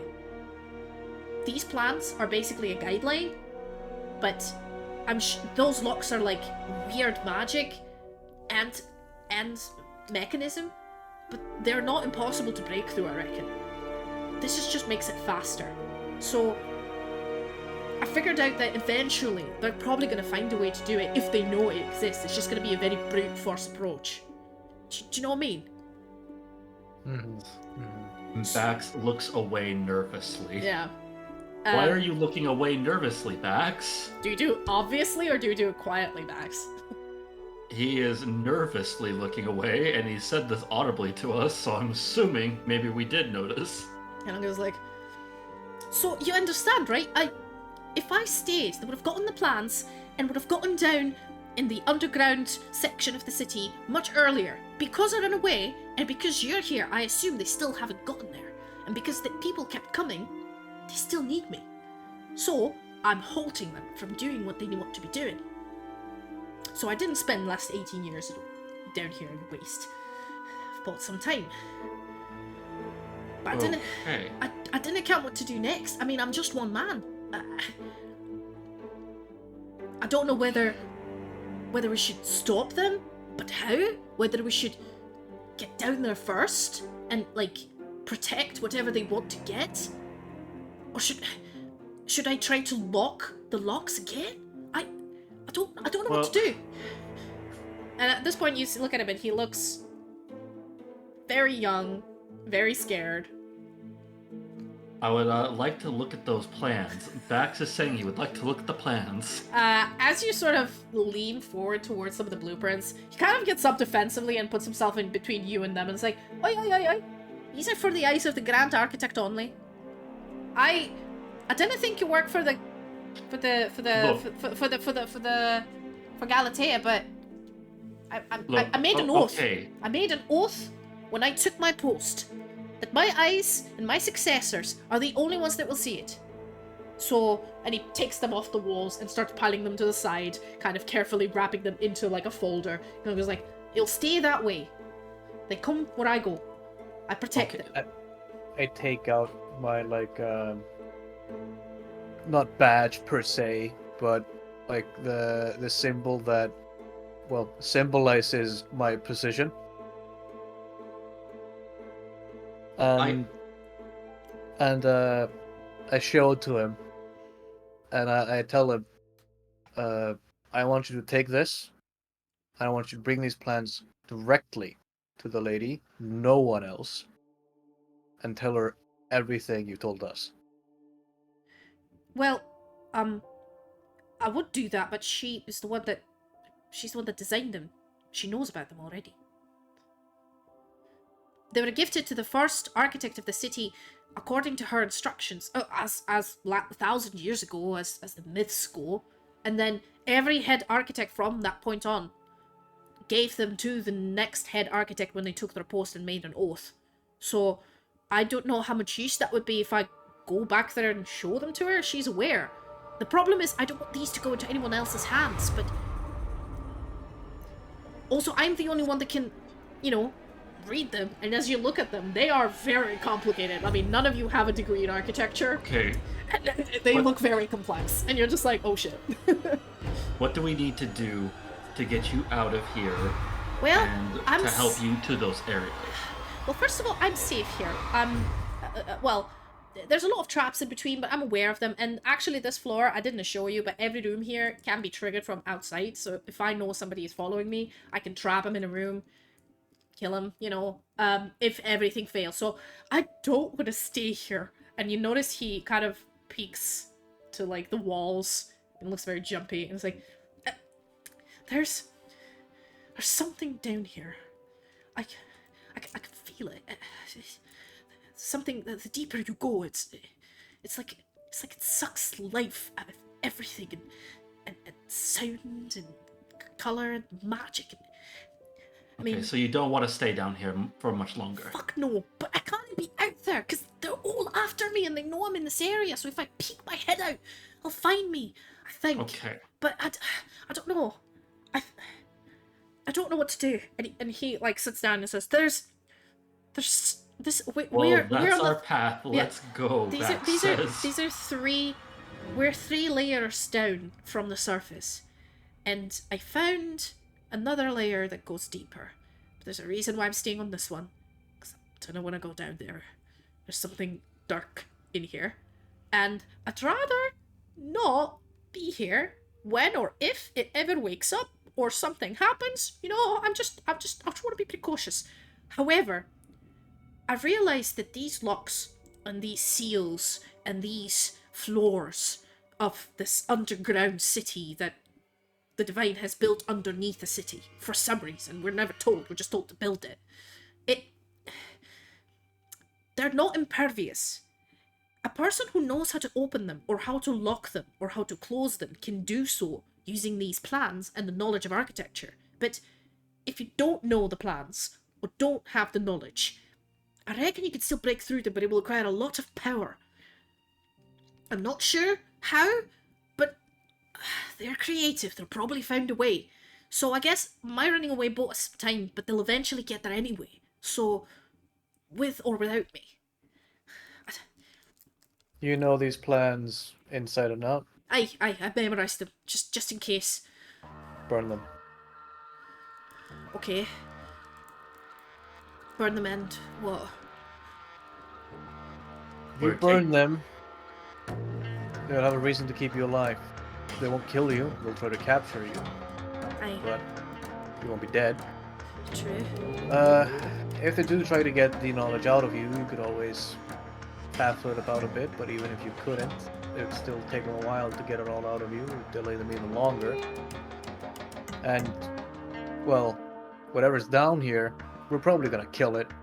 So, whatever is giving you that achy feeling, I would probably not. not gonna be here for too long. I would not. I don't advise. know if... This place. Are we even okay, listen prepared to to fight what's Listen ever to down me. here? This place is old.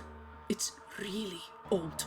I think it's older than anything I've ever seen.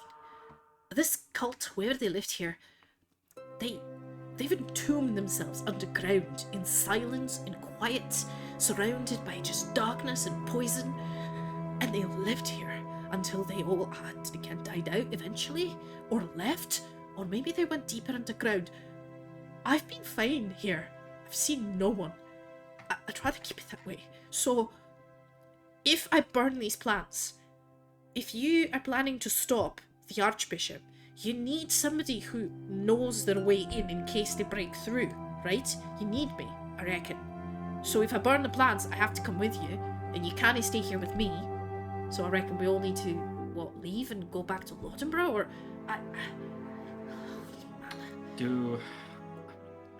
Is it possible to fight the Red Unaliver?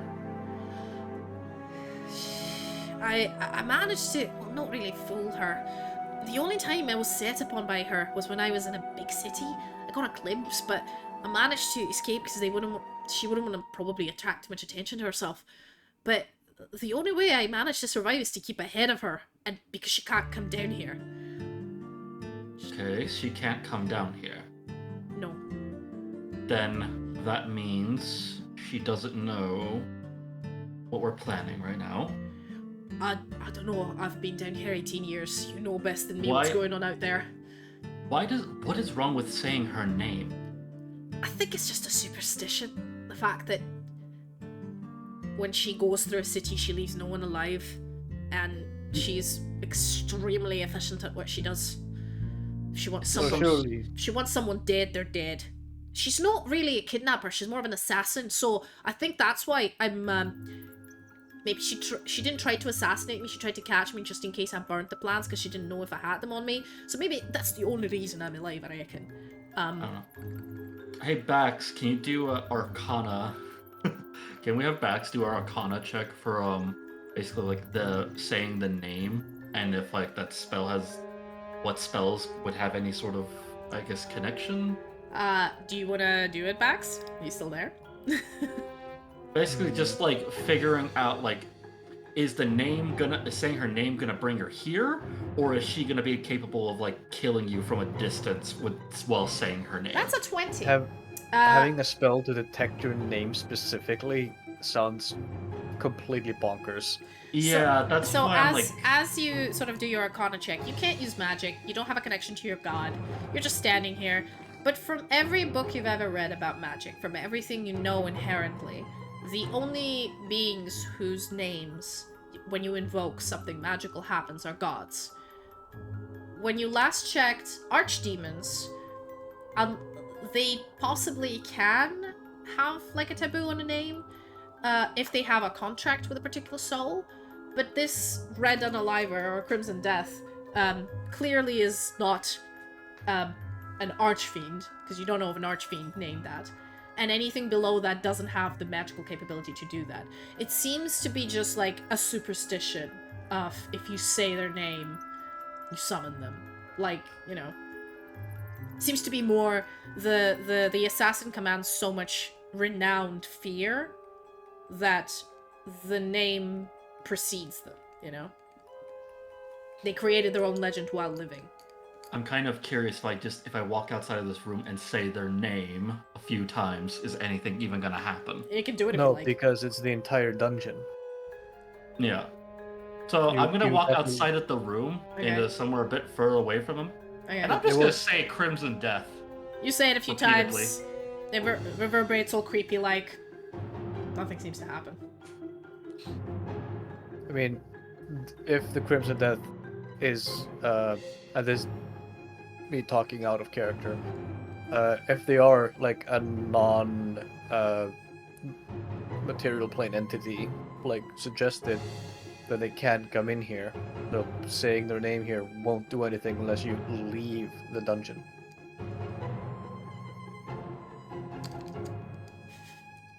Hmm.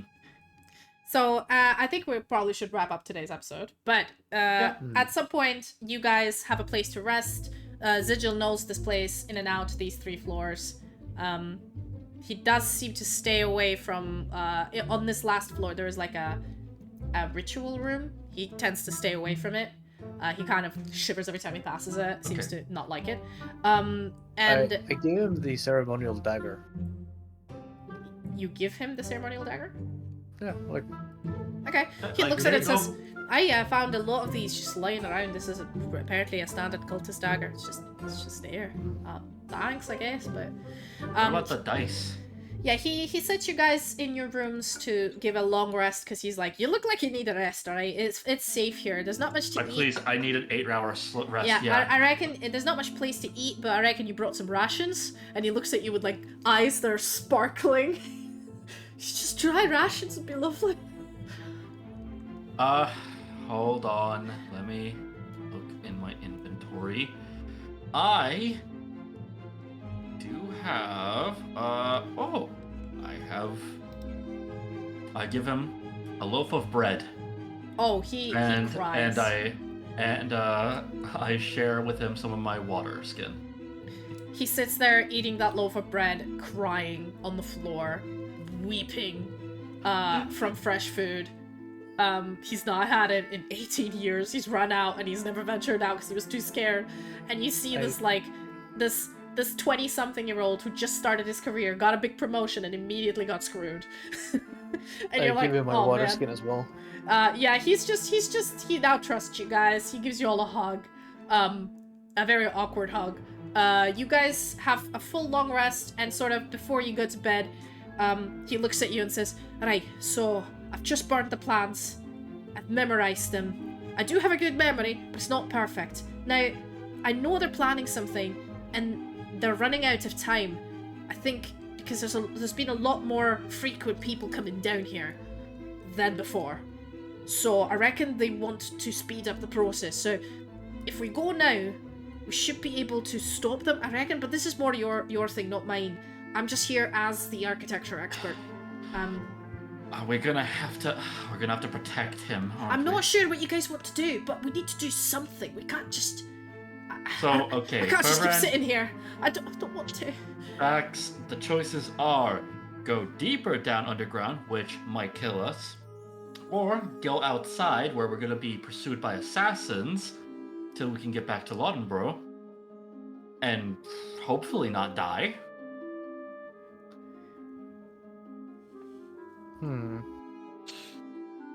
I would like to return to Laudenborough, I would also like to. Purely because I have letters to send. I need to go pick up my maid outfit. Right. You guys seem like you have your priorities just right. I reckon. Sure. Great. No, just great. I mean, at this point, I'm just slowly going insane down here. So I'll eventually probably have to leave because I can't stay here on my own and get murdered. Or I come with you guys. I think those are my two choices. Whatever you guys do afterwards, it's your business. I'm pretty sure, like, if you go by yourself, you're eventually gonna get captured. Oh, aye, for sure. I'm not an expert. By at that this. sounds of it, yeah, you have to just come with us. Your outfit, is it the head architect's uniform or is it just standard clothing? I mean, I thought it would be a wee bit conspicuous when I was running away, so no, I just wore a, and he shows you like just a leather jerkin, like a random cloak. He was just like a random, well, not a peasant, but like an adventurer. Okay. You know the little rag I have? I'm gonna fucking wipe his face clean. I'm gonna use the disguise kit to essentially change his physical appearance. I also have a disguise kit if you need it. Nice. Well, we can do all of that when you guys get up after your long fucking rest. And you guys hit level 6. So take whatever levels and whatever you want. You're level 6 now. You're big boys now. If everyone can finally be a Shadow Monk level 6. We're not gonna roleplay you getting out of this again, because with Sigil, it's not that hard. He can take it through it. What was the level you wanted to reach with Monk? Or Shadow Monk? 6. 6. You wanted to make it a 6. Okay. What do you get at 6? What is it that you want I can teleport between shadows. It's pretty cool. I want you just to do like teleport to a shadow and just uppercut somebody out from the shadow. That is the idea. Okay, so you guys go for a long rest. You have convinced Sigil to burn the plans and commit them to memory. You plan to go back to Laudenborough to stop Galatea and whoever it is, possibly fiends she's dealing with. You don't know. And now that you think about Ferberand, the whole presence of, like, incubi and, you know, the whole presence of weird demonic children in Laudenborough, that strange woman who tried to, you know, who attacked you in the place, like, that was also very suspicious, them working with the hags. But now that you're like, okay, Galatea is in on it, the hags are in on it, this whole thing... What did the false Hydra have anything to do with it? I don't know. I don't know. But, like, at least you definitely can link the hags to Galatea, and then you can link Galatea to the fiends, and you can link the fiends to the Crimson Death, and you're like, okay, it's all coming together. They're all working towards something. They all want to get down in that underground city. What's down there? Who knows? There's a reason that the Divine decided to build a city and level whatever was there before. Just build from scratch and build on her. She claimed it was to remove the pagan influence in the area, but as you know now, she just wanted to build an underground thing on her own accord. But why? Why would she want that? And she would never tell anyone because she's the goddess. She doesn't have to explain herself. God. She gives an order and people do it. So nobody knows except for her. I don't feel like this goddess is very godly. Don't say it in front of Ferberand, he gonna stab you. But anyway, I'm thinking in my mind very hard right now. This is a long session. Thank you everybody from the raid and who stayed. I'm sorry I didn't interact with you guys too much. Please go get a drink, relax. I know this has been a very long haul. There's just a lot happening today. I thought it was just gonna be another section of dungeon crawl and then we would stop it at some point, but you guys just rolled really well, captured this poor little dwarf, and that's it. You caught him. Was there anything we did that you didn't expect? The maze, how you just climbed over it, I was like, that's so smart. Should have just didn't even think of that. Did you really not think about that? No, I wasn't deciding. I was like, they're gonna go through, and I'm like, oh shit, they just climbed over it. Okay. There was a few other traps I'm a bit sad you didn't get to do, like that whole gas trap where you didn't have to breathe through it. That was. That's because we became the hunter. Yeah, if you guys didn't catch Sigil back up there, he would have ran down, and you would have to chase him through these layers and these traps, and he might have like triggered some of them on the way out. I might give you like the ideas for the traps later, but not during the stream. Of like the designs I did. One more thing, like there's clearly more of this place, and Sigil really doesn't want to go down there. And pretty much now that we have him, we can pretty much escape out of here pretty easily. Yeah, no, there's no issue at all. He knows the traps inside out. At least these 3 layers. Whatever else is here, whatever dark, deep, scary thing, he refuses to even show you how to get there. I mean, if you really want to go, you can convince him, but he seems to be very adamant of like, there's no need, and it's best not. I don't want to go. But yeah, thank you so much for coming, you guys. We are gonna raid someone, so those of you in chat, if you still have energy, don't go away. We'll find someone cool to raid, but you players, if you guys wanna leave, feel free. So yeah, thank you very much, and I'll see you whenever we have the next session. Okie dokie. Okay. Alright, goodbye! I love you.